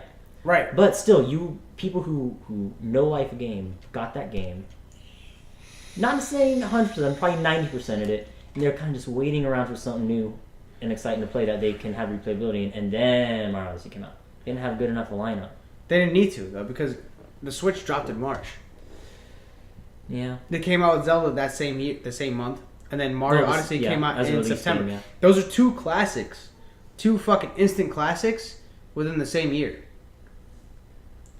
The Switch has already sold 20 million copies, Fair enough. and it's only been a year. I still think they're gonna need at least a couple of more generations before I would buy it. And I do actually really want to play some of those games, but I need a more perfected piece of hardware before I do it. I'm not saying It doesn't need to be perfect. It's already perfect. It doesn't need those features. It doesn't need. Listen, it doesn't necessarily need online gameplay for it to be perfect. Yes, they need to. Nintendo really does need to focus on online gameplay to kind of sell more people into like, all right, people like me, where you actually want to play online. Yes, I'm not gonna say that. No, when I say perfect, the Switch needs to perfect its hardware. I'm not saying that their hardware is perfect because they never have glitches. Yes, sir, I get that. What I mean is features, and they perfect their hardware as far as having the features that I'm accustomed to. Dopamine, you know what I'm saying? Mm-hmm. The dopamine drip of multiplayer. And even then, I don't necessarily need multiplayer so much as I love to have a chat. Even when I'm playing like Destiny, and I'm playing solo, or I'm playing Hellblade, and I'm playing solo, I love to be in a chat with somebody, just to make the monotony of doing this go more smoothly, go more enjoyable. There have been times where I was just grinding, and I got in a conversation with someone. And anytime I would pass that spot, I'd think about that conversation. You know what I mean? Yeah. That's just kind of like one of those weird association things, word association type things. But once that comes, I will very seriously consider getting it. Until then, I'll just be happy with the PC when I get it. Yeah. The reason I want to get a Switch is just because I'm going to be going to a fucking new command where I'm going to be traveling a lot. So, because Chris is like, it's kind of dangerous to have a Switch because he has a Switch. He's like, because you're gonna be playing games at the wrong time. Sure, yeah. So, if I had a Switch, I absolutely would be using it at work because for work, because how busy it is to get. Because it doesn't feel like a handheld console. Yeah, it doesn't feel like a handheld console. So I'd have a use for it if I had it now, but it's the features. I want more features to satiate what I have. I just need to see where I'm at with gaming in general. All right, let's move on to the next topic. Yep. What featured games are we excited about? So, after having this shouldn't be too long of a topic, so no. Yeah. With having experienced the glories of Outlast 2 with you when you came over, I absolutely can't wait for Agony to come out. Yo, dude, Agony is gonna be fucking sick. That game, I was like, oh my god. Yeah. Okay. So definitely Agony. Any type of spook type of games, For me, I wouldn't say any. I really want that realistic feel to it. So, like that game you were playing, even though it wasn't a spook game, it had that one scare, the one with the little kid and the teddy bear. Yeah, we haven't beaten it yet. Like it only had one spook in it when you rounded that corner and you thought there was a fucking person standing there. Like if a game looks cartoony like that, it's not a scary game. It's a short game too. Or like that one you did with the paintings. That's something I would actually be into playing. And it was only like a 3-hour game. But was there replayability to it though? Yeah, there's replayability. But you're doing the same shit. There's like 6 endings. Okay, that's what. There's like 6 fucking endings to it, and I'm like, I'm not gonna play this game 6 fucking times. It's like yeah. I'm specifically do things to get an ending. Yeah. It's like I'm good with just one spoops. Yeah. It's like it's the game's not that interesting where I want to know what the fuck happens. Yeah. It was good. It was good for a while, like whatever the fuck I did, and that was that. Because I only paid $1 technically for it. Oh hell yeah! Yeah, because I paid in a bundle set or something. Yeah, because I paid $10 for 10 spoop games. Oh, there you go. Yeah. So I was like, and actually, Dead by Daylight was one of them, which was a $20 game, and I only paid $1 for it. Oh yeah. Sure. I put like 9 hours into it with my friends. It was a lot of fun. Yeah, that game looks fun. I want to try that one. So out. much That fun. looks fun. So much fun. I bought the Michael Myers fucking pack and everything. It was fucking... Myers. I was fucking killing motherfuckers with that shit. That shit was dope. Michael Myers is broken as shit. He OP as fuck. He's OP as fuck. Yeah, definitely. I'm definitely looking forward to God of War because... Yes! Oh, man. I'm not even into the series or anything, I but it looks amazing. I love the God of War series. I can let you borrow it. I have it for PS3. I started watching the playthroughs of it, so I can appreciate the story a little better. But from what I can tell, it's just him going to Norseland. It's just so and much doing, fun. And doing Norse lore, which it's I love. such a good... They're all such fucking good games. All of them are such good games. I have the collector's edition for PS3, where they remastered 1, 2, and 3. Mm-hmm. Amazing. And yeah, they're great. So I can't wait for that. That'll be good. Yeah. Definitely can't wait for The Last of Us 2. Cannot. See, I can't wait to fucking watch wait for you that. play it because I did not enjoy. See playing those of games. that Those game. games are gonna give me a reason to play PS4 more. Yeah, for sure. Those exclusives. Xbox. Exclusives. Because the thing is, like, yes, I have friends that play PS4, but it's not like how it is on like PC for me, where it's like, especially when it comes to certain games on PC, where it's like, there are games you won't find on PC that you won't find on PS4. There's just like indies, I don't know, a lot of indies and stuff like that, and just a lot of the experience on PC is a lot better on the PC, like as far as it's going to be. which first person shooters are where you want to be on the PC because of the how fast you can turn, how quick you can fucking just manipulate the mouse and aiming and stuff like that. It's all you. You don't have to rely on aim assist or turning. Oh god, this guy's behind me. He's shooting me. Fuck, I'm dead. You know, it's like, oh shit, there's a guy behind me. Boom, boom, and you fucked his ass up. Fuck the mic up. Fuck the mic up. That's how into it I was. You know what I'm saying? Like, That is how PCs are meant to be played. yeah, exactly. So you know what I'm saying? And there's a lot of factors into PC gaming, which is what drew me into it in the first place. Mm. You know, so it's like with first person shooters, especially with online multiplayer, PC is the way to go. It's just science. It's fucking science. You know, obviously, and then like third person shooters, it can go either way. Like I can go on the PC and be like, it's a third person shooter. I might want to use my controller for this. Mm-hmm.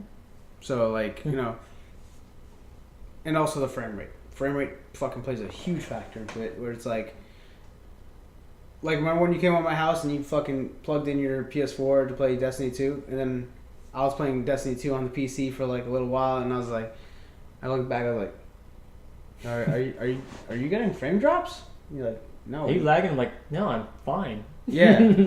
So when you get your eyes on a fucking PC, right, and you see the graphics of how the PC handles those specific fucking games, and then you look back on how it is on the PS4, you're like, wow, that's garbage. I don't know if I told you this.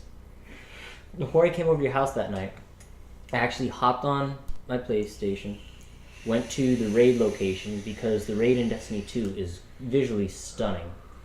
And I walked up real close, aimed on when shit, the game looked at details like curved things. When the game before yours, it looked so much better. Yeah, before it came out on the PC, bro, I came to your house and I fucking played Destiny 2 on the fucking. I was like, oh my god, this looks gorgeous. And then I played on my PC and I was like, oh my god, this is gorgeous. Iggy sucks dick. But but I didn't remember what the graphics looked like on the PS4. I just thought it looked the same, and then I saw your shit and I was like, you're playing potato. Yeah, I'm like, I thought you were playing on potato. I was like, are you getting frame drops, dude? Like, what the fuck's going on in your graphics right now? It's like, what are you talking about? It's like, it looks fine. I was like, no, it doesn't. No, it doesn't. It does not. PC Master Race again. Just throw shit at the TV. Be gone, you devil. Yeah, and then you started playing on my shit. You're like, oh. Yeah. See what was nice. So even though so that pissed me off when I hopped onto yours because I can't play mouse and keyboard because I haven't had any practice of that kind of thing. I plugged in the controller and it automatically went to 30 frames for whatever reason, which is probably understandable.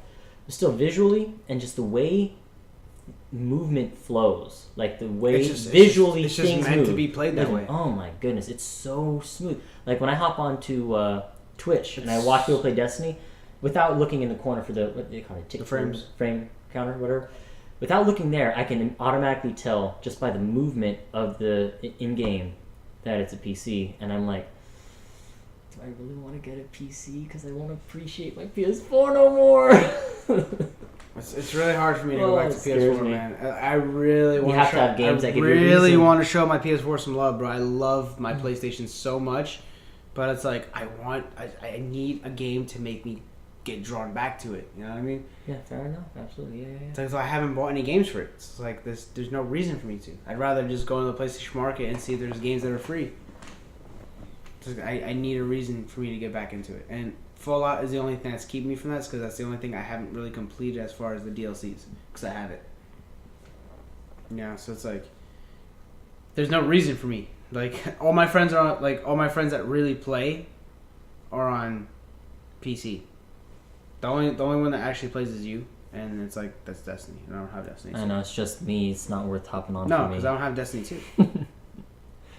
I might have to just grind you up, because your account is on my PlayStation. I might just have to grind you up and see if you'll join me then, which I know you won't, because you'll be PC Master racing it like crazy. Not even that.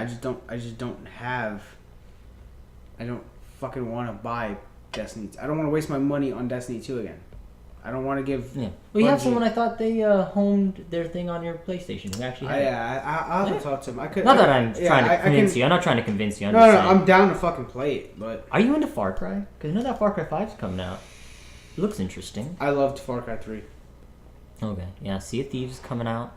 God of War. We gotta talk about that. Yeah. Red Dead Redemption 2. Are you into that? Oh! That's what I thought you'd say. Whoa, bro! So excited about Red Dead Redemption 2. I'm really excited about Anthem. I'm nervous because of EA. I went to Anthem. the local fucking retro game shop, and I bought Red Dead Redemption and Red Dead Redemption the zombie. Zombie. I rebought those. Is it only on PS3 and like those? Yeah. Only PS3. Is it on console or on PC? I assume it is. No, I'm surprised. I would have thought it would be. It's not. You're gonna have to bring. My PS3 is shit. The HDMI port in the back of it. No bueno. I think you were here last time and I was trying to fuck with it so that we could watch Twitch, and it just wasn't working. But you're gonna have to bring your PS3 over and show me the glory of Red Dead. Oh my god, bro! It's so much. I've seen games so much fucking fun. It looks great. So like good. A world I want to be in. So fucking good, bro. I haven't played it. Oh, that scared me, dude. Oh, I got a follower. Look at that. Team Spock. Thank you. Hi there. Oh, I mean, hi there. You're down there. I thought it was my phone, but I had the same shit. Yo, Red Dead Redemption is fucking tits, bro. Shit. Yo, it is so fucking good. So fucking good.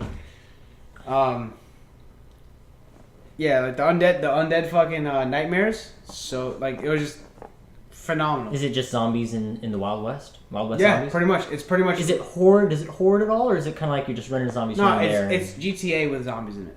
Okay, cool. Basically in the Wild West. I'd be down with that. Yeah. Yeah. Like I said, I'm really nervous about, but I'm excited for Anthem because I want a new grind. I don't want a Destiny killer because I love first-person shooters. That's my thing. I don't have any hope for Anthem. I don't have hope for it, but I want to have hope for it. You know what I mean?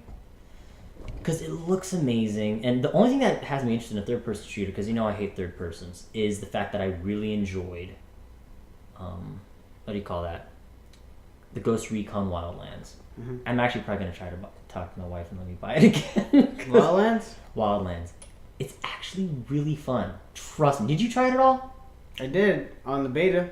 It's better than the beta, believe me. It's better than that.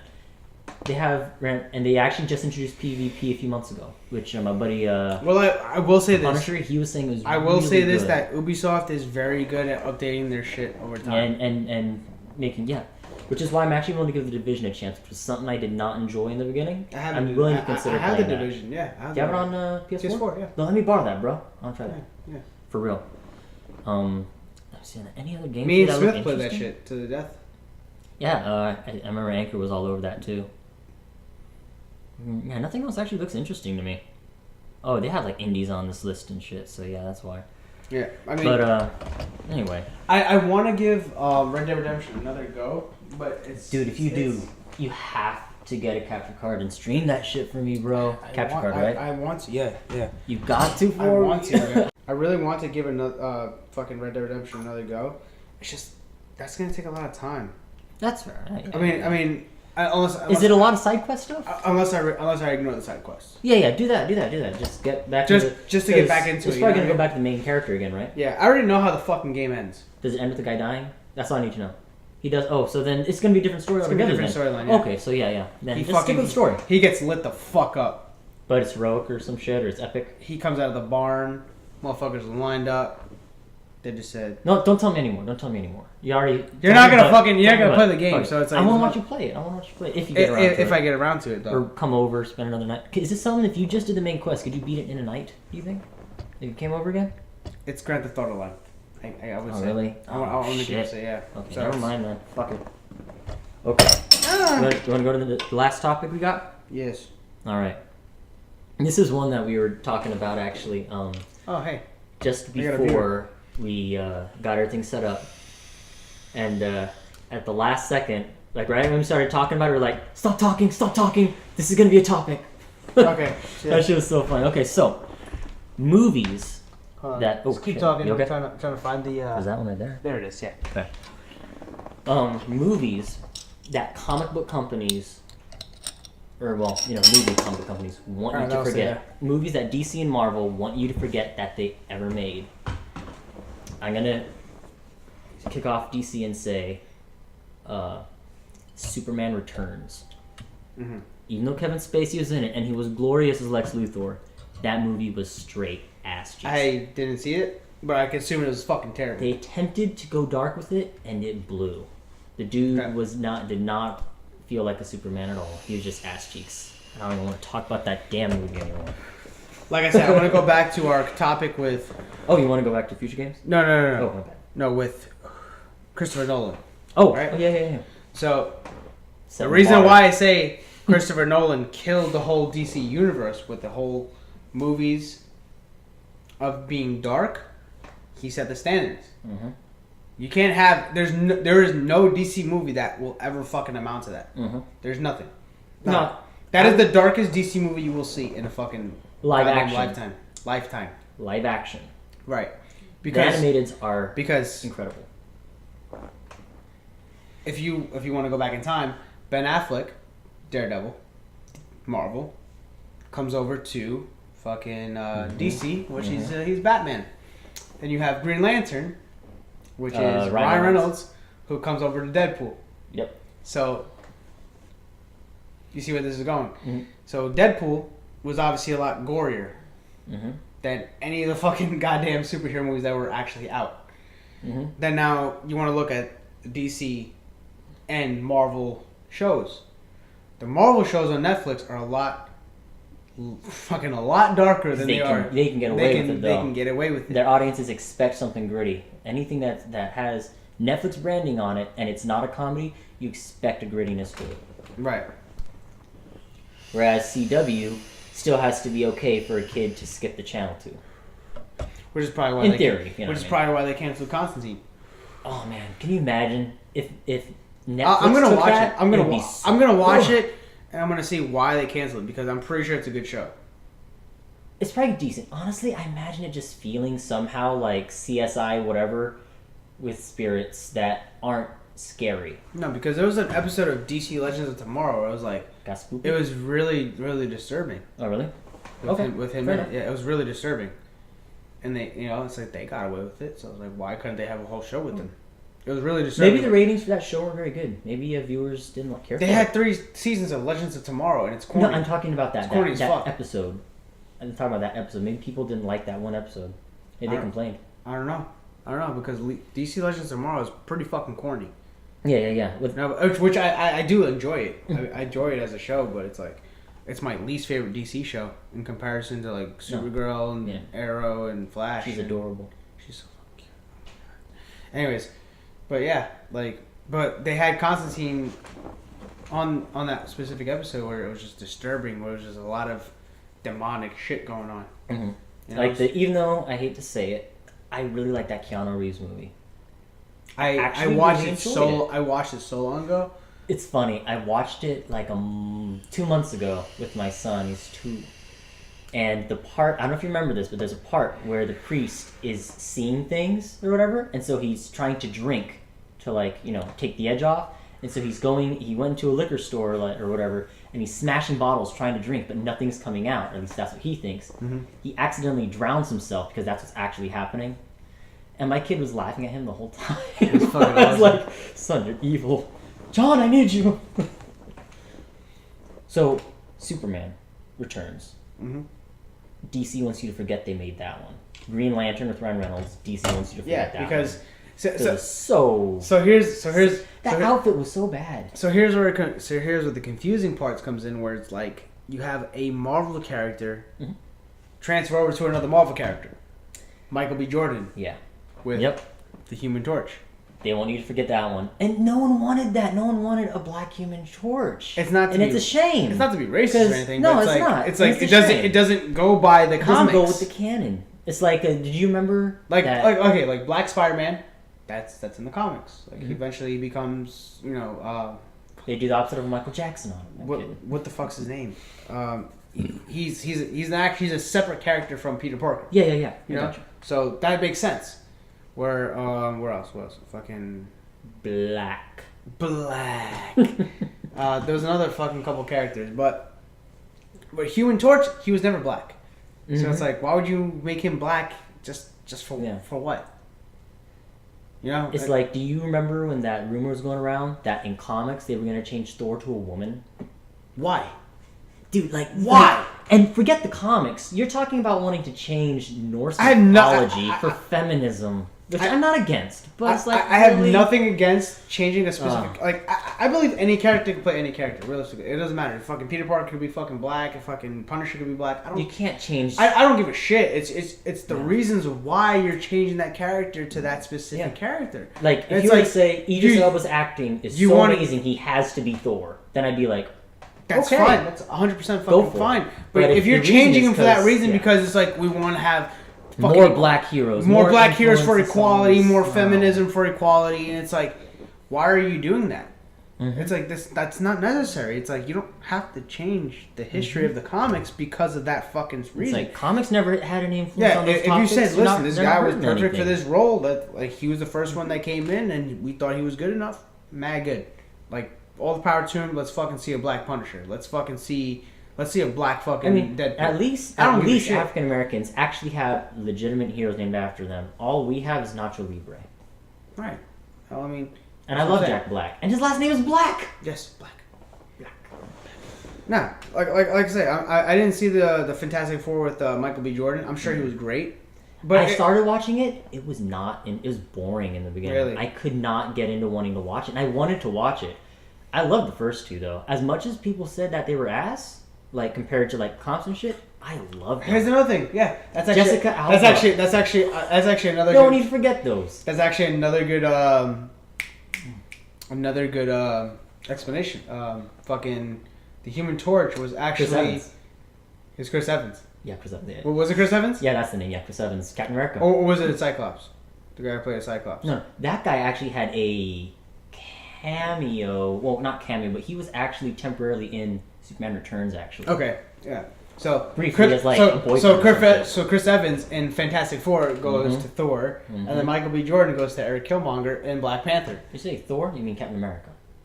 You said Thor. Chris Evans. Oh, I'm sorry. Yeah, you're thinking of Chris Hemsworth. I'm sorry. Yeah, I'm just getting Hemsworth. Yeah. Too many Chris's. Too many goddamn Chris's. Chris Hemsworth is fucking yeah. Okay. And Chris Evans, Captain America. They wanted you to forget. They wanted you to forget at least the first. Yeah. I don't know about both. They at least want you to forget the first. They both came from fucking They both Punisher came from movie. Yeah, they John both Travolta. From, they don't want you to remember those either. But those actually kind of decent. They were sick. But it's kind of decent. At the same time, they were like, no, we went too dark. We didn't do a Christopher Nolan dark. We just went dark. That shit was really good dark though. I liked it. I did like it. I got another follower. No shit. Who we got? $9.99. Hessian Gate. Thank you for the fucking follow. Foxhound. Daniel. Appreciate it. Damn, Daniel. But, so I mean, those are definitely something that I mean, I wouldn't say that it's something that they want us to forget. Of course. But it's They confusing do. though. It's like, okay, I understand from like going from DC to Okay. Marvel, but from Marvel to Marvel, like Okay. the Human Torch going from Eric Killmonger, it makes no sense. You know, it's like, why would you do that? Here's one that you can't argue they want you to forget. The first 3 X-Men movies. Mm. And you know why? Why? They reset them. Mm. The one with the... Shit, you remember the one X-Men that they came out with, not that... Well, a few years ago. Where it's like, it's the end of the world, they're being destroyed by robots. You watch X-Men, right? Yeah. And he makes Wolverine travel in time. Mm-hmm. He reset all of that to fix those first 3 movies. Those are 3 movies Marvel desperately wanted you to forget because everyone hated those. And then you have fucking Logan, which is basically, if you want to think about it, out of canon. I feel like good. Logan was a separate like universe. It's more like a X-Man story. Right. I feel like Logan was a separate universe where it was just like, let's just have a fucked up storyline for these guys. Well, that was Hugh Jackman and Patrick Stewart's bow out of the movies. Right. But Unfortunately, because they just decided to say, so they introduced X-23 to it, and they said, which they're not gonna build on. which they should, because X-23 is fucking metal as shit. Thing is, X-23 should have. She should have been had a shown up- fucking movie. And she should have been like a young woman by then, or a teenager.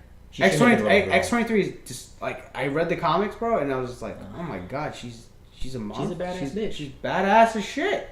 It's like, why haven't they introduced She's more her? raw than. And the thing is, Thor. people didn't know about her. Like, you know what I'm saying? Like, people didn't really know about her like that. And it's like, Because most people I didn't know about her comic too until like a couple of years ago. See, I knew about her as an early teenager because I was so into Batman and comic books. My middle brother, I think it was the middle brother, he actually got into the X-Men comic books, and so he bought a bunch of them. And no, it was my youngest brother because my middle brother bought the Teen Titans comic books. That's what it was.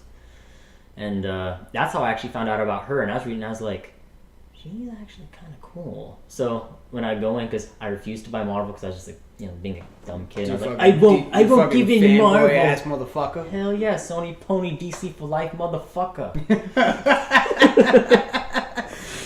And so I would just sit there for like an extra 30 minutes, like, let's read more about X-23 just a little bit. Just a little bit. And then the Batman, because I don't know if you've ever gone to like a Barnes & Noble to look at graphic Yeah, of novels. course. Oh, it's on. It's a Batman shelf, maybe 2, usually 2, and then you got Superman, Green Lantern, Wonder Woman. Yeah, you got a little so and then over here, not you got important fucking everything superheroes. Marvel. On this Everything other one. Marvel. Everything Marvel's just Everything mixed up. is Marvel. So Yeah. I'd be sitting there and I'd feel both the shelves staring at me, and I'm like, I'm sorry, DC. I'm sorry, Bruce. Bruce, no, please, No, Daddy, no. forgive me. But yeah, fucking. I don't know. It's just like, I think Marvel has done a really good job at executing that dark side of what it's capable of, because With you what? watch Like, because what you are you watch a Marvel Oh, movie. we're talking when they like recently. In general, yeah, just recently in general. Like I mean, it was like yeah, I was saying before. DC, the only thing they got going dark for them is Batman. Yeah. Realistically, but if you really look deep into it, you got Elektra, you got Wolverine, you got Punisher. But again, here's the thing. Let's say DC and Marvel both had contracts with Netflix. Okay. Between the two, I think it would go to DC. If they did. I think it would end up going to DC. DC can definitely pull it off. Because their characters, especially their Arrow, villains tend to be much more interesting. Especially Arrow. To me, anyways. Deathstroke. Fanboy. Deathstroke, Exactly. definitely. Oh, can you imagine the brutal things he'd be able to get away with on Netflix? I dread thinking. Obviously, It'd Batman. Be gorgeous. Obviously, Batman, but I mean, Honestly, I don't want to see Batman go to Netflix. They'd kill it. They'd kill it.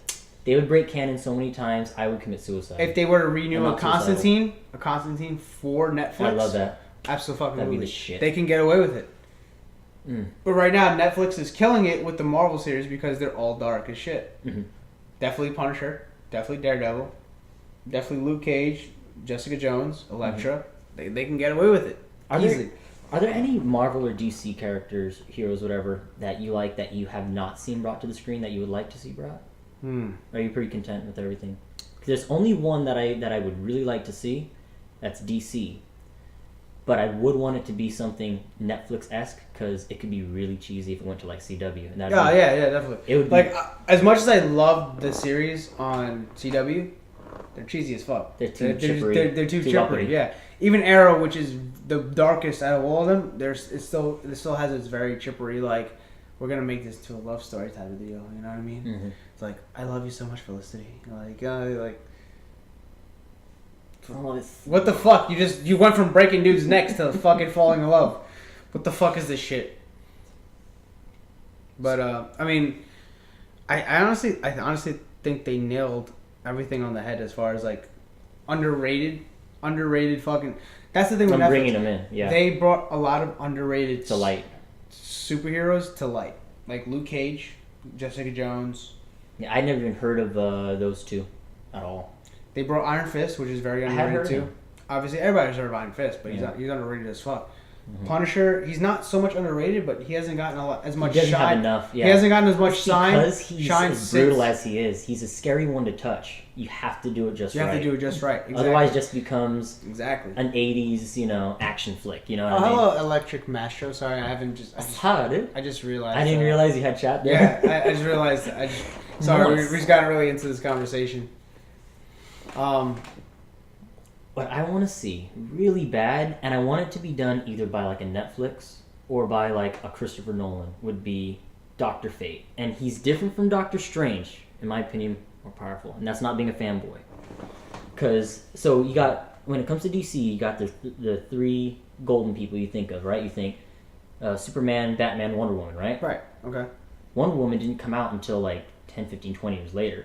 The first three to come out first would be Superman, 1937-ish, Batman, 1939, and then Dr. Fate, 1940. Okay. And Dr. Fate is interesting to me because they get to dabble with a lot of supernatural, which I love magic type stuff. Anytime I can pick anything, it's a mage type character. His whole origin is he was with his dad in Egypt exploring catacombs and shit, and then his dad opens up a fucking coffin or esophagus. Sarcophagus? Is that the word? Whatever. Anyway, coffin. Yeah, coffin. Whatever. And there's poison gas that kills him, and then like this god named Naboo comes out, and he's like, "Oh shit, I'm sorry I killed your dad. My bad. Let me make it up to you by giving you eternal, infinite wisdom, life, and the powers of a god." And then arms him with like this ancient shit. And over the years, how he morphs is fucking cool. There's shit where his wife ends up having to fuse with him as one in order to not, because like the helmet is controlled by this god and shit. It's fucking cool, dude.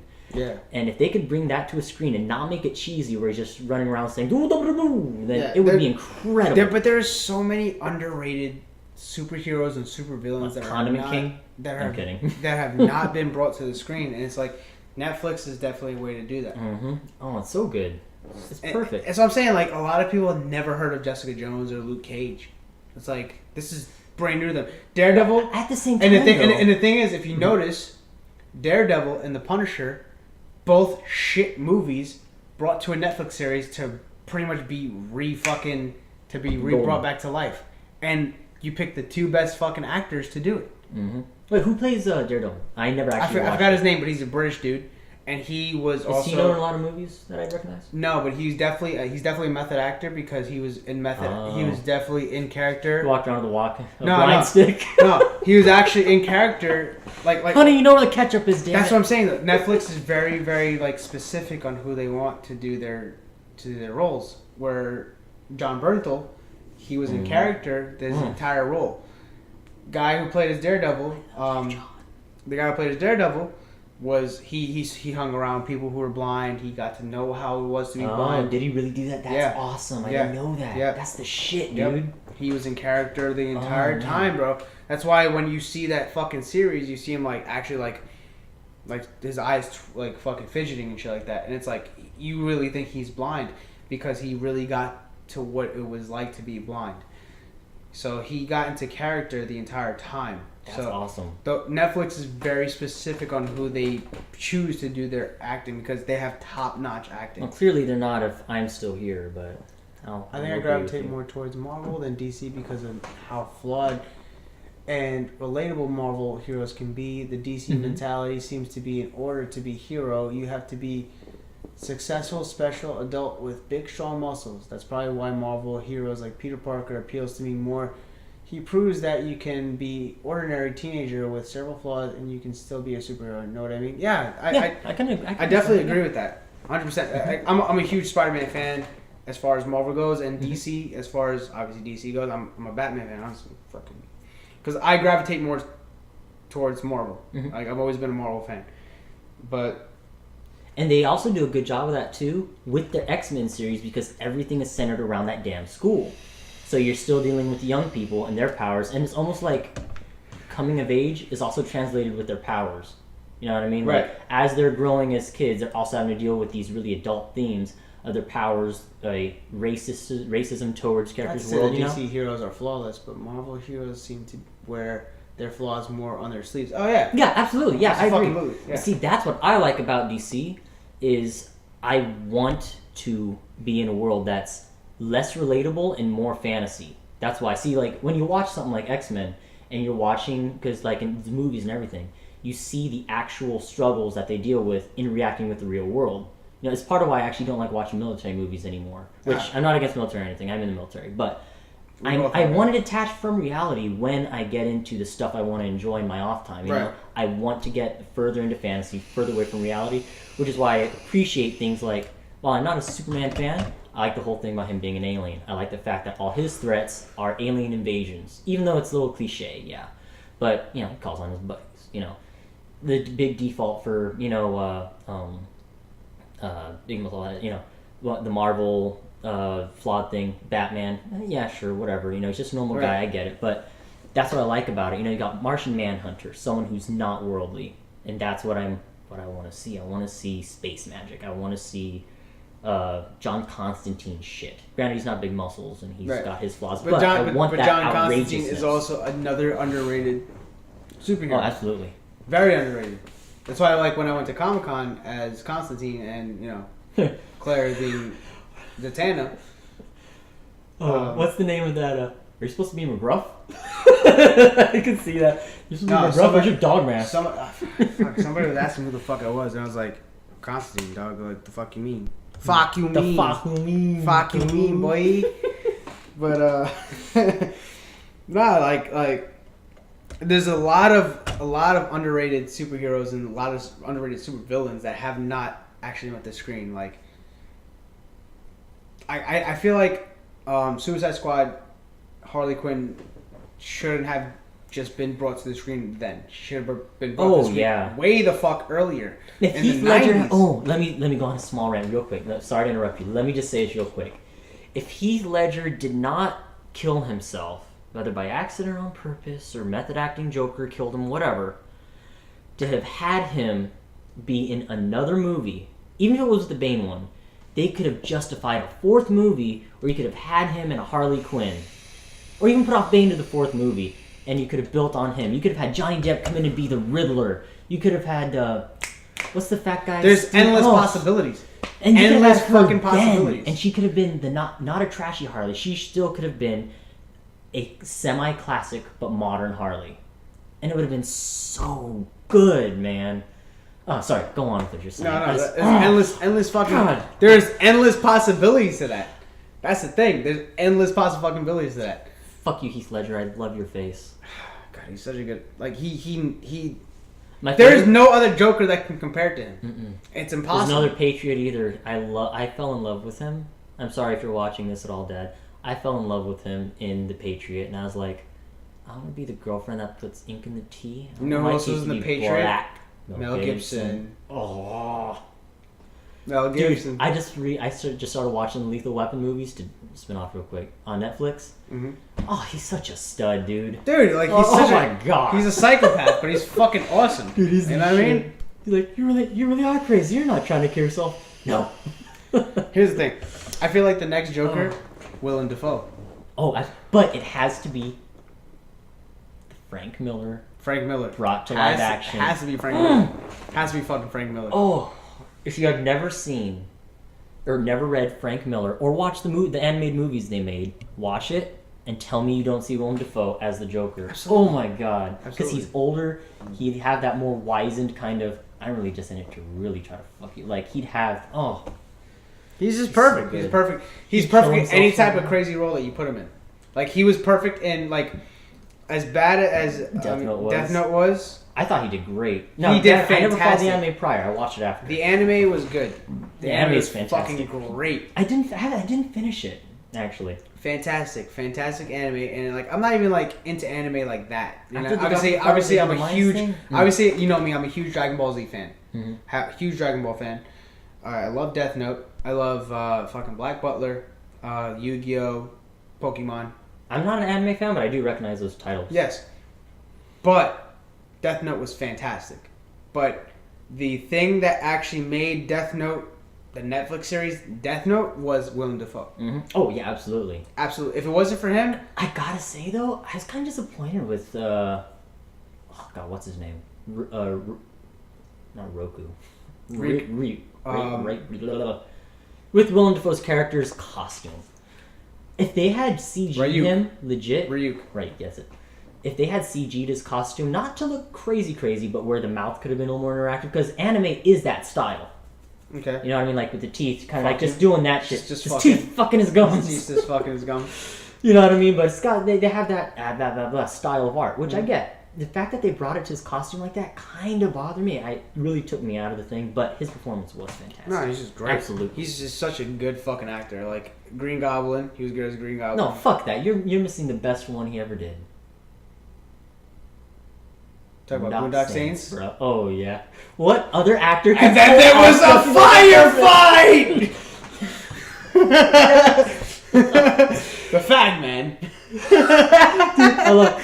What other actor could dress as a woman, make out with a cop, and get away with it? Maybe Johnny Depp. Maybe Johnny Depp. Oh my god. And to be as ugly a woman as you do, and still pull it off for that scene was so good. What the fuck? What are you doing? I just wanted to cuddle. Fag.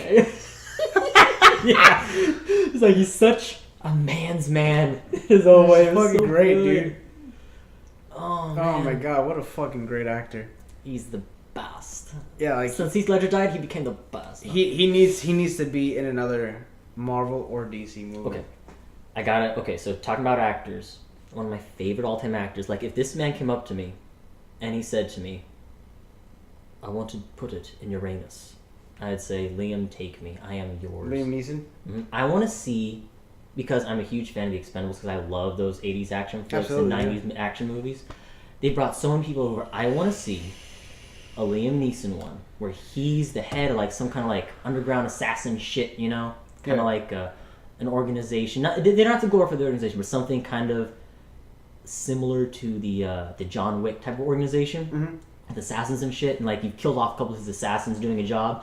And he's like, they don't have to mimic the quote word for word, but he's like, well, Bonnie, it's you again. I'm going to find you in your hidey hole, and I'm going to kill him. You know, just like some sort of shit like that. And then I want him to take on Liam Neeson, bro. That would be fucking fantastic. You could bring in like Steven Seagal and shit like that. You could bring in some great names they haven't brought yet. Just to add, like, while we're doing this topic, if you guys, because I noticed we have like two viewers. If you guys have another gaming topic that you'd like us to do, just post it in the comments and we'll piggyback off of that. And if we don't get to it, we can pull it up next time we do it too, because we'll do this again. Yeah, well, we're gonna probably go on for a while with this topic because it's endless when it comes to us. So if you guys got a gaming topic that you guys want us to do, post in the comments right now. And we'll literally get to it like right now because this is like a new thing for us. So we're just piggybacking off of stuff. We're just winging it. And if you come up with any interesting name ideas, we will absolutely consider those too. Yeah, true. It's a working title. Yeah, the broadcast is literally a working title. So be the first to give us our title. So do it. What games are you playing? Well, right now, I've been playing mainly like Rocket League. I mean, obviously that's not really a game to go off of, but that's like my fuck around game. I just downloaded The Witcher 3. I haven't gotten to it yet. I'm trying to get to a lot of games. I'm playing Dragon Ball Z Fighter, trying to get through that storyline. I just started the Hunt Showdown.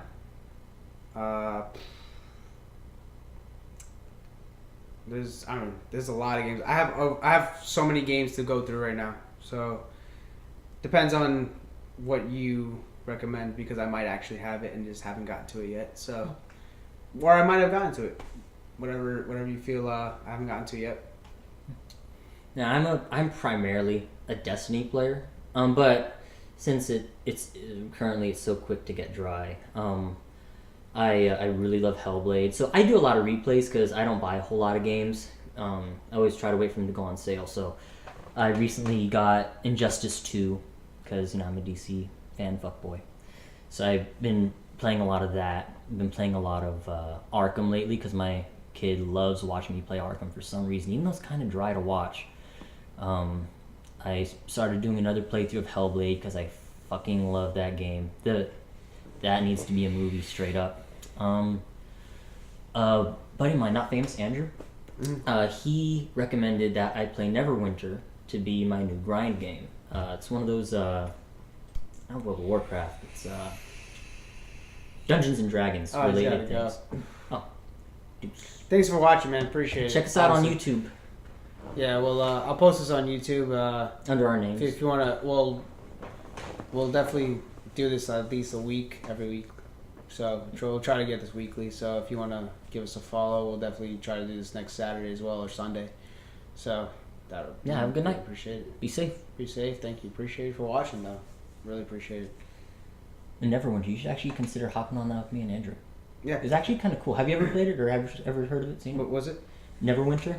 Mm-hmm. It's not like WoW, but it's in that vein of games, and it's on console. I think it's originally a PC game or something, but it's kind of just a third, slightly top-down view. Electro, appreciate it, man. Stuff. Thank you so much for the follow. You the shit. But that's kind of all I'm doing. But back to my boy Liam. Liam Doe. Oh, actually, from the Taken movies, did you see? The girl who plays his daughter? Mm-hmm. So she is not, of course, like it is with many young actors and actresses around that age. She is not a teen or even early 20 adult. She's like an adult. She has a movie coming out that looks actually kind of cool. It's like some sort of like security thing. A storm's coming. I forget what it's called. It's like the Storm Heist or something like that. Mm-hmm. Some people are trying to rob some shit in a storm. Yeah. It looks pretty badass, actually. But what other 80s, 90s action heroes are that they haven't brought to Expendables? Can you think of any? I can only think of, like, Neeson and Seagal. Seagal, you got Arnold, you got fucking... Arnold's in it. You got Sylvester Stallone. He's already in it. Sylvester Stallone. I'm talking about that they haven't brought to Expendables. They haven't brought. Like I said, all I can think of is those two. They already brought Mel Gibson. Damn it. Did they? Mm-hmm. He was in the third one. Was he in the third one? Fuck, it's been a minute, bro. It's been a minute since he's in the third one. You might as well on this podcast right now, and you should just drive home drunk. I should. I hope you hit every pole. I should. Fuck, it's been a minute since I've seen the third one. It's so good. The fight, like, he's a total psycho, too. It's, at the end, he's fighting Barney. Give me back my son! Give me back my son! Have you seen that movie? Yeah. A long time ago, though. It's been so fucking long. Good. I think he's actually married to Renee Russo in that or something. Russo! Fucking Rachel! Fucking Punisher. Russo! Do you think they could... So, in the third one, how they brought in the young people? They brought, like, Ronda Rousey, the biker guy, the MMA fighter. They brought in young people as, like, new blood into the Expendables. I didn't... Oh, my God. You haven't seen it, have you? I did, in theaters. It's been that long ago? Theaters. Okay. It's so long ago, though. Do you think they can get away with bringing in guys who aren't young like that, but bring in now established actors? Like, do you think they could get away in Expendables with bringing on the enemy side, like, a Bale, a Damon? You know what I mean? Or you think it would be, like, No, they could definitely bring in Damon. Yeah. They could definitely bring in Bale. He's actually not that young, really. Damon's actually, like, probably 40 by now. Because he actually looked kind of old in the last movie. Because in 19... So, they had... What is it? Fucking... They could bring Ben Affleck to kill him. Because they had Good Will Hunting. Mm-hmm. And they wrote Good Will Hunting while they were... Him and Affleck, weren't they in college together? They were in college together. Mm-hmm. This was 97. So, he's about 40-something. Close to 50. And it kind of shows. He doesn't look young. Like, Bale looks kind of young no matter what he's Bale is always going to look young because of his body type. I'm talking about his face. Because he fucks with his body for his roles. Yeah. Like, did you see American Hustle? No. There was one. There was he one. legit got like pot belly fat for the role. Yeah. And then turned around, and this is after having done like 2 Batman movies. Turned around, got fit again for the next Batman. It's the same thing with Robert. It's the same thing with Robert De Niro for Raging Bull. He really? For Raging Bull, he gets. Oh yeah, I heard about that. He actually gets really fat for the end role, but he ended up getting like I think they filmed what they did was they filmed the last scene first, so he had to get really fat. And then he got really fit to do the for the rest of the movie. I don't know. Okay. Yeah, he was actually literally fucking pot belly. And then they asked him like, "How did you get so fat for that role?" It's like I just ate a lot of fucking pasta. Came naturally. Yeah, he ate a lot of fucking pasta. It's I'm like, Italian, bitch. Yeah, is he actually Italian or is he mixed? Like he's Irish and Italian. He's Irish and Italian. Thought so. Yeah, but he's from New York. So I could have guessed that one, right? Joe Pesci.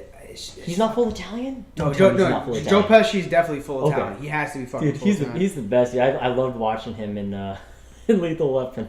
Yeah, he's so funny.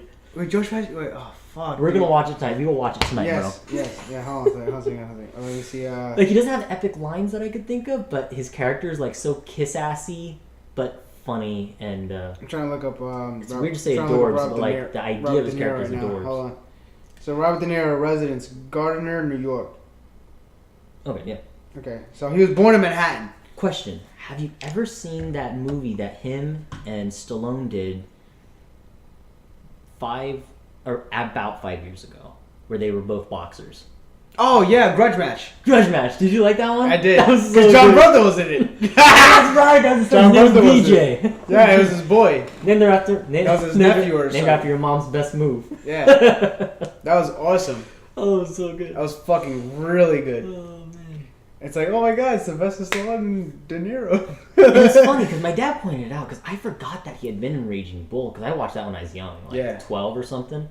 And he was known for that role, but like Stallone is more, what's his name? De Niro's known for being in gangster movies, being a mobster, whereas Stallone is known for his boxer role. So he was like, I thought it was weird that they put the two toe-to-toe boxers, but I get it. And when he said that, I was like, oh yeah, you're right. Raging Bull. But like I said, he didn't forget that. He was saying because it was a one-time role, whereas what he's iconic for is mobster stuff. Right. So he was saying like, it was kind of weird that they'd have done that, but not fully weird. But he's like, to take the iconic boxer versus the one-time big boxer movie, but mobster movie guy. I was like, I get what you're saying. I just thought that was an interesting, I thought. No, but I thought it was a great fucking movie. Oh yeah. But it's like, come on, Sylvester Stallone and De Niro in the same movie. That makes sense. They might be able to get away with throwing John Bernthal. Expendable as like the second to last boss. He's getting Neeson. He's getting his up, right hand man. He's getting up there, bro. He just needs more action flicks. He really does. He needs more. He's got it. He needs more movie flicks. How did I not say this yet? The Keanu Reeves needs to be in an Expendables movie, bro. I could see that. Me. I could see that. Can't let him say the that. problem is, John Bernthal got his fame from TV. The good thing about it is he wasn't given that fame due to him being a specific character as far as like a superhero. Where like Mark Hamill. Everyone always viewed him as Luke Skywalker, so he had to go into voice acting. Not had to, but he's inclined to voice acting. Or if you want to be more realistic, Stephen Amell. He's the Arrow.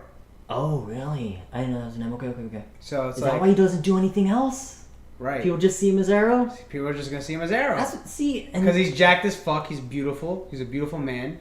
But he's only going to be... If you're in a scruff type, yeah. But he's always going to be viewed as Arrow. Same thing with fucking Tobey Maguire. He was great in Brothers, but people... I actually didn't get into the movie. It was boring me. But yeah. By far his best acting. Really? I might have to give it a chance. My wife was watching it the other day and I was like, oh, military, I'm out. For that reason, I'm out. Phenomenal acting. That was by far the best acting I've seen from Tobey Maguire in anything. I'm gonna have to watch it then. Okay, I'll give it a shot. Especially like the ending scene where he fucking freaks the fuck out. Oh my god, dude. So, but people are always gonna view him as Spider-Man. Of course, yeah. Christian Bale, he already established his career before Batman. Exactly. American Psycho. Oh man, so good. Fucking. Yes. Oh man. Okay, so confession time. Jenna, if you're watching this, sorry. I did that one time. I was like, I gotta Christian Bale it. You gotta do it. It's so good. Gotta do it. He's got that big ass mirror there. Yeah, so I've been thinking about putting a mirror on my ceiling. that's what I'm saying. So it's like, so you have actors that come in as a specific character where it's like, cool, you're gonna last 5, 6, 7, 8 seasons. I hope Andrew like Garfield's Rick, career like dies. like fucking Andrew Lincoln. He's always gonna be viewed as Rick. He's always gonna be viewed as Rick. And it's sad because he was in movies, but they were not known movies. Right. Whereas Michonne, she already branched out to I haven't seen anything else. All Eyes on Me, and she was in Black Panther. I did. Oh, was she? Was she a badass in it by chance? She was pretty badass. Okay, cool. She was cool. Yeah. She already branched out to Black Panther. She was on obviously Black Panther's side. Do you think Chris Hemsworth is gonna find that problem having been Thor? Because he's been in other movies, but I don't know him for anything else. There are brothers that look like him. I don't know him. I think he might be I don't know him from other things, but he can get away with it because he's a great looking actor. Same thing with Michael B. Jordan, where he was in. Well, he's been in so many movies. He's been in so many movies prior. So though. many. He's been in so many, but he's always going to be viewed as Creed. No, not in my book. No, actually, I love that movie. Creed, no. You're right. Good. No, you're right. No, you're right. I won't put him down to one thing. He's already at that point where he could branch out. He was in movies as a kid. He's already at that point where he could branch out to different things. Where fucking Taylor Lautner, where he was Twilight, jacked as fuck. What's that guy? And then they tried to branch out to other movies, and it just was unsuccessful. But Michael B. Jordan is a great actor. And what's sad is he was a child actor too. Like he was in Cheaper by the Dozen. Right, but he wasn't. But Michael B. Jordan is a great actor. I'm not going to shit on his acting, but I wouldn't label him as a great actor. He's a solid actor in my book. I wouldn't say he's a great actor. I don't ever expect to see He's him got a lot to learn still. A DiCaprio ever. But he can work his way up to that.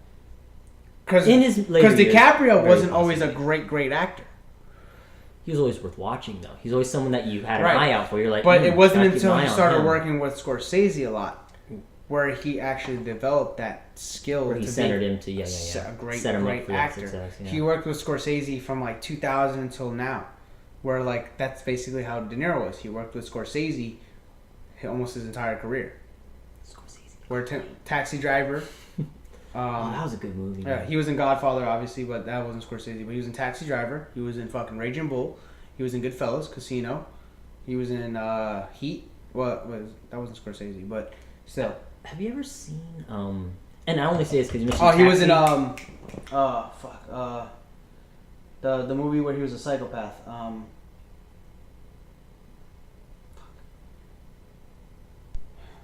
What was it called? Damn it. He was in prison. He was a psychopath. I don't know. Rob De Niro. I don't think I know it. I'm gonna see something. And I only say this because you mentioned Taxi Rider, right? Taxi Driver. Driver, sorry. Taxi Driver. Because it was around the same time and it had the same kind of tone to it in a way. Have you ever seen, I think it was called Leo? With, what's that French guy's name? It had Natalie Portman as a little girl. You ever see it? It's a classic. It's an old one. Fucking, let's do the, you ever watch the Pink Panther movies? Yes. Steve I mean, a long time ago. Do you recall the guy who plays his partner? At all? Anyway, he's in it. He does really, really good. It's back in the day. He wasn't young, but he was younger. And it was a good fucking movie. Gotta look that one up. The same kind of like era, same kind of tone to it. Mm-hmm. Pretty good. Natalie Portman's parents get like killed by some mobsters or some shit, and then he ends up raising this little girl, and he's an assassin. Like he's legit pro assassin, like John Wick style assassin, like quality, I should say. And then he ends up teaching her how to snipe and kill people and shit. So then, when he, well, I won't spoil it, but it's good. It's a really good movie. It's worth watching. Right. Hits you right here. Right in the feels. Mm-hmm. The plant. Right in the plant. Rip the plant.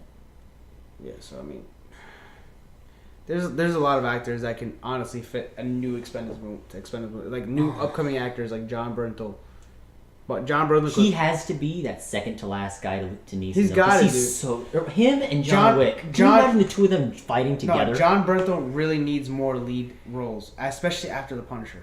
Like he needs more lead fucking roles from movies. Action roles that evoke emotion because he's driven for some reason, kind of like Liam Neeson. He's just he's so hungry. You could tell him. He's such a hungry actor. I take it back. Ever since Walking Dead, I saw it. He needs to be more action movies, but he needs to have varying reasons.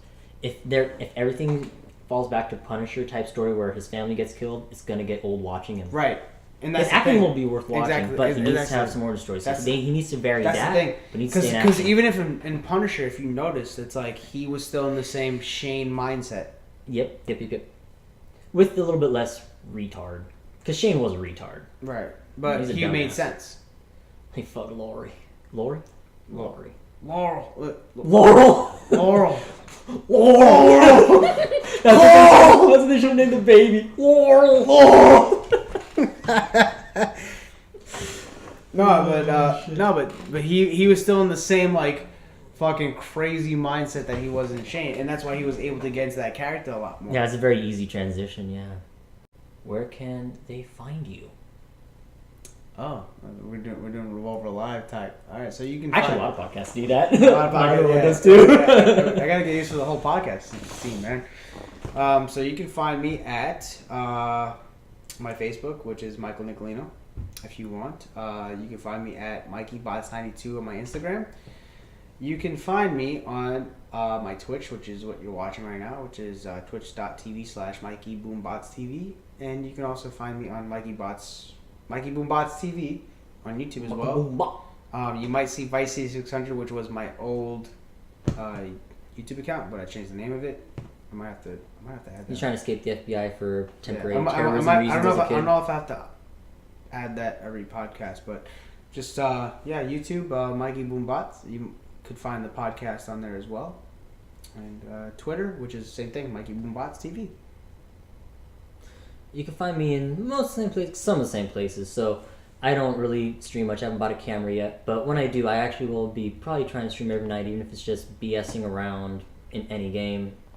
But SoCal's One Son, pretty much everywhere. But you'll find me most active on Twitter, Instagram. I'm working on my Facebook page. Instagram is probably the best bet, though, to be honest. You can add me on PlayStation, PSN, SoCal's One Son, as written with the underscores.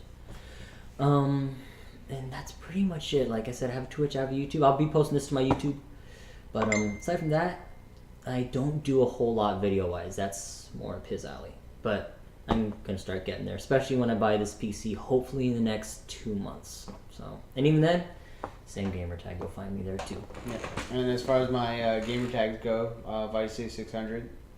That's Vice City as in like Grand Theft Auto Vice City 600. Vice City 600, and you can find me on Steam, which is Mikey Boombots. I don't think I added TV. I think I might just change it to Mikey Boombots, but we'll get there eventually once we get more viewers. So. And you can also find me in the bathroom. All right, appreciate all the stuff, guys. We didn't expect to go this long. This is great. This is a nice little dry run. Do it. Follow. Do it. Nice. Appreciate it for the watch, guys.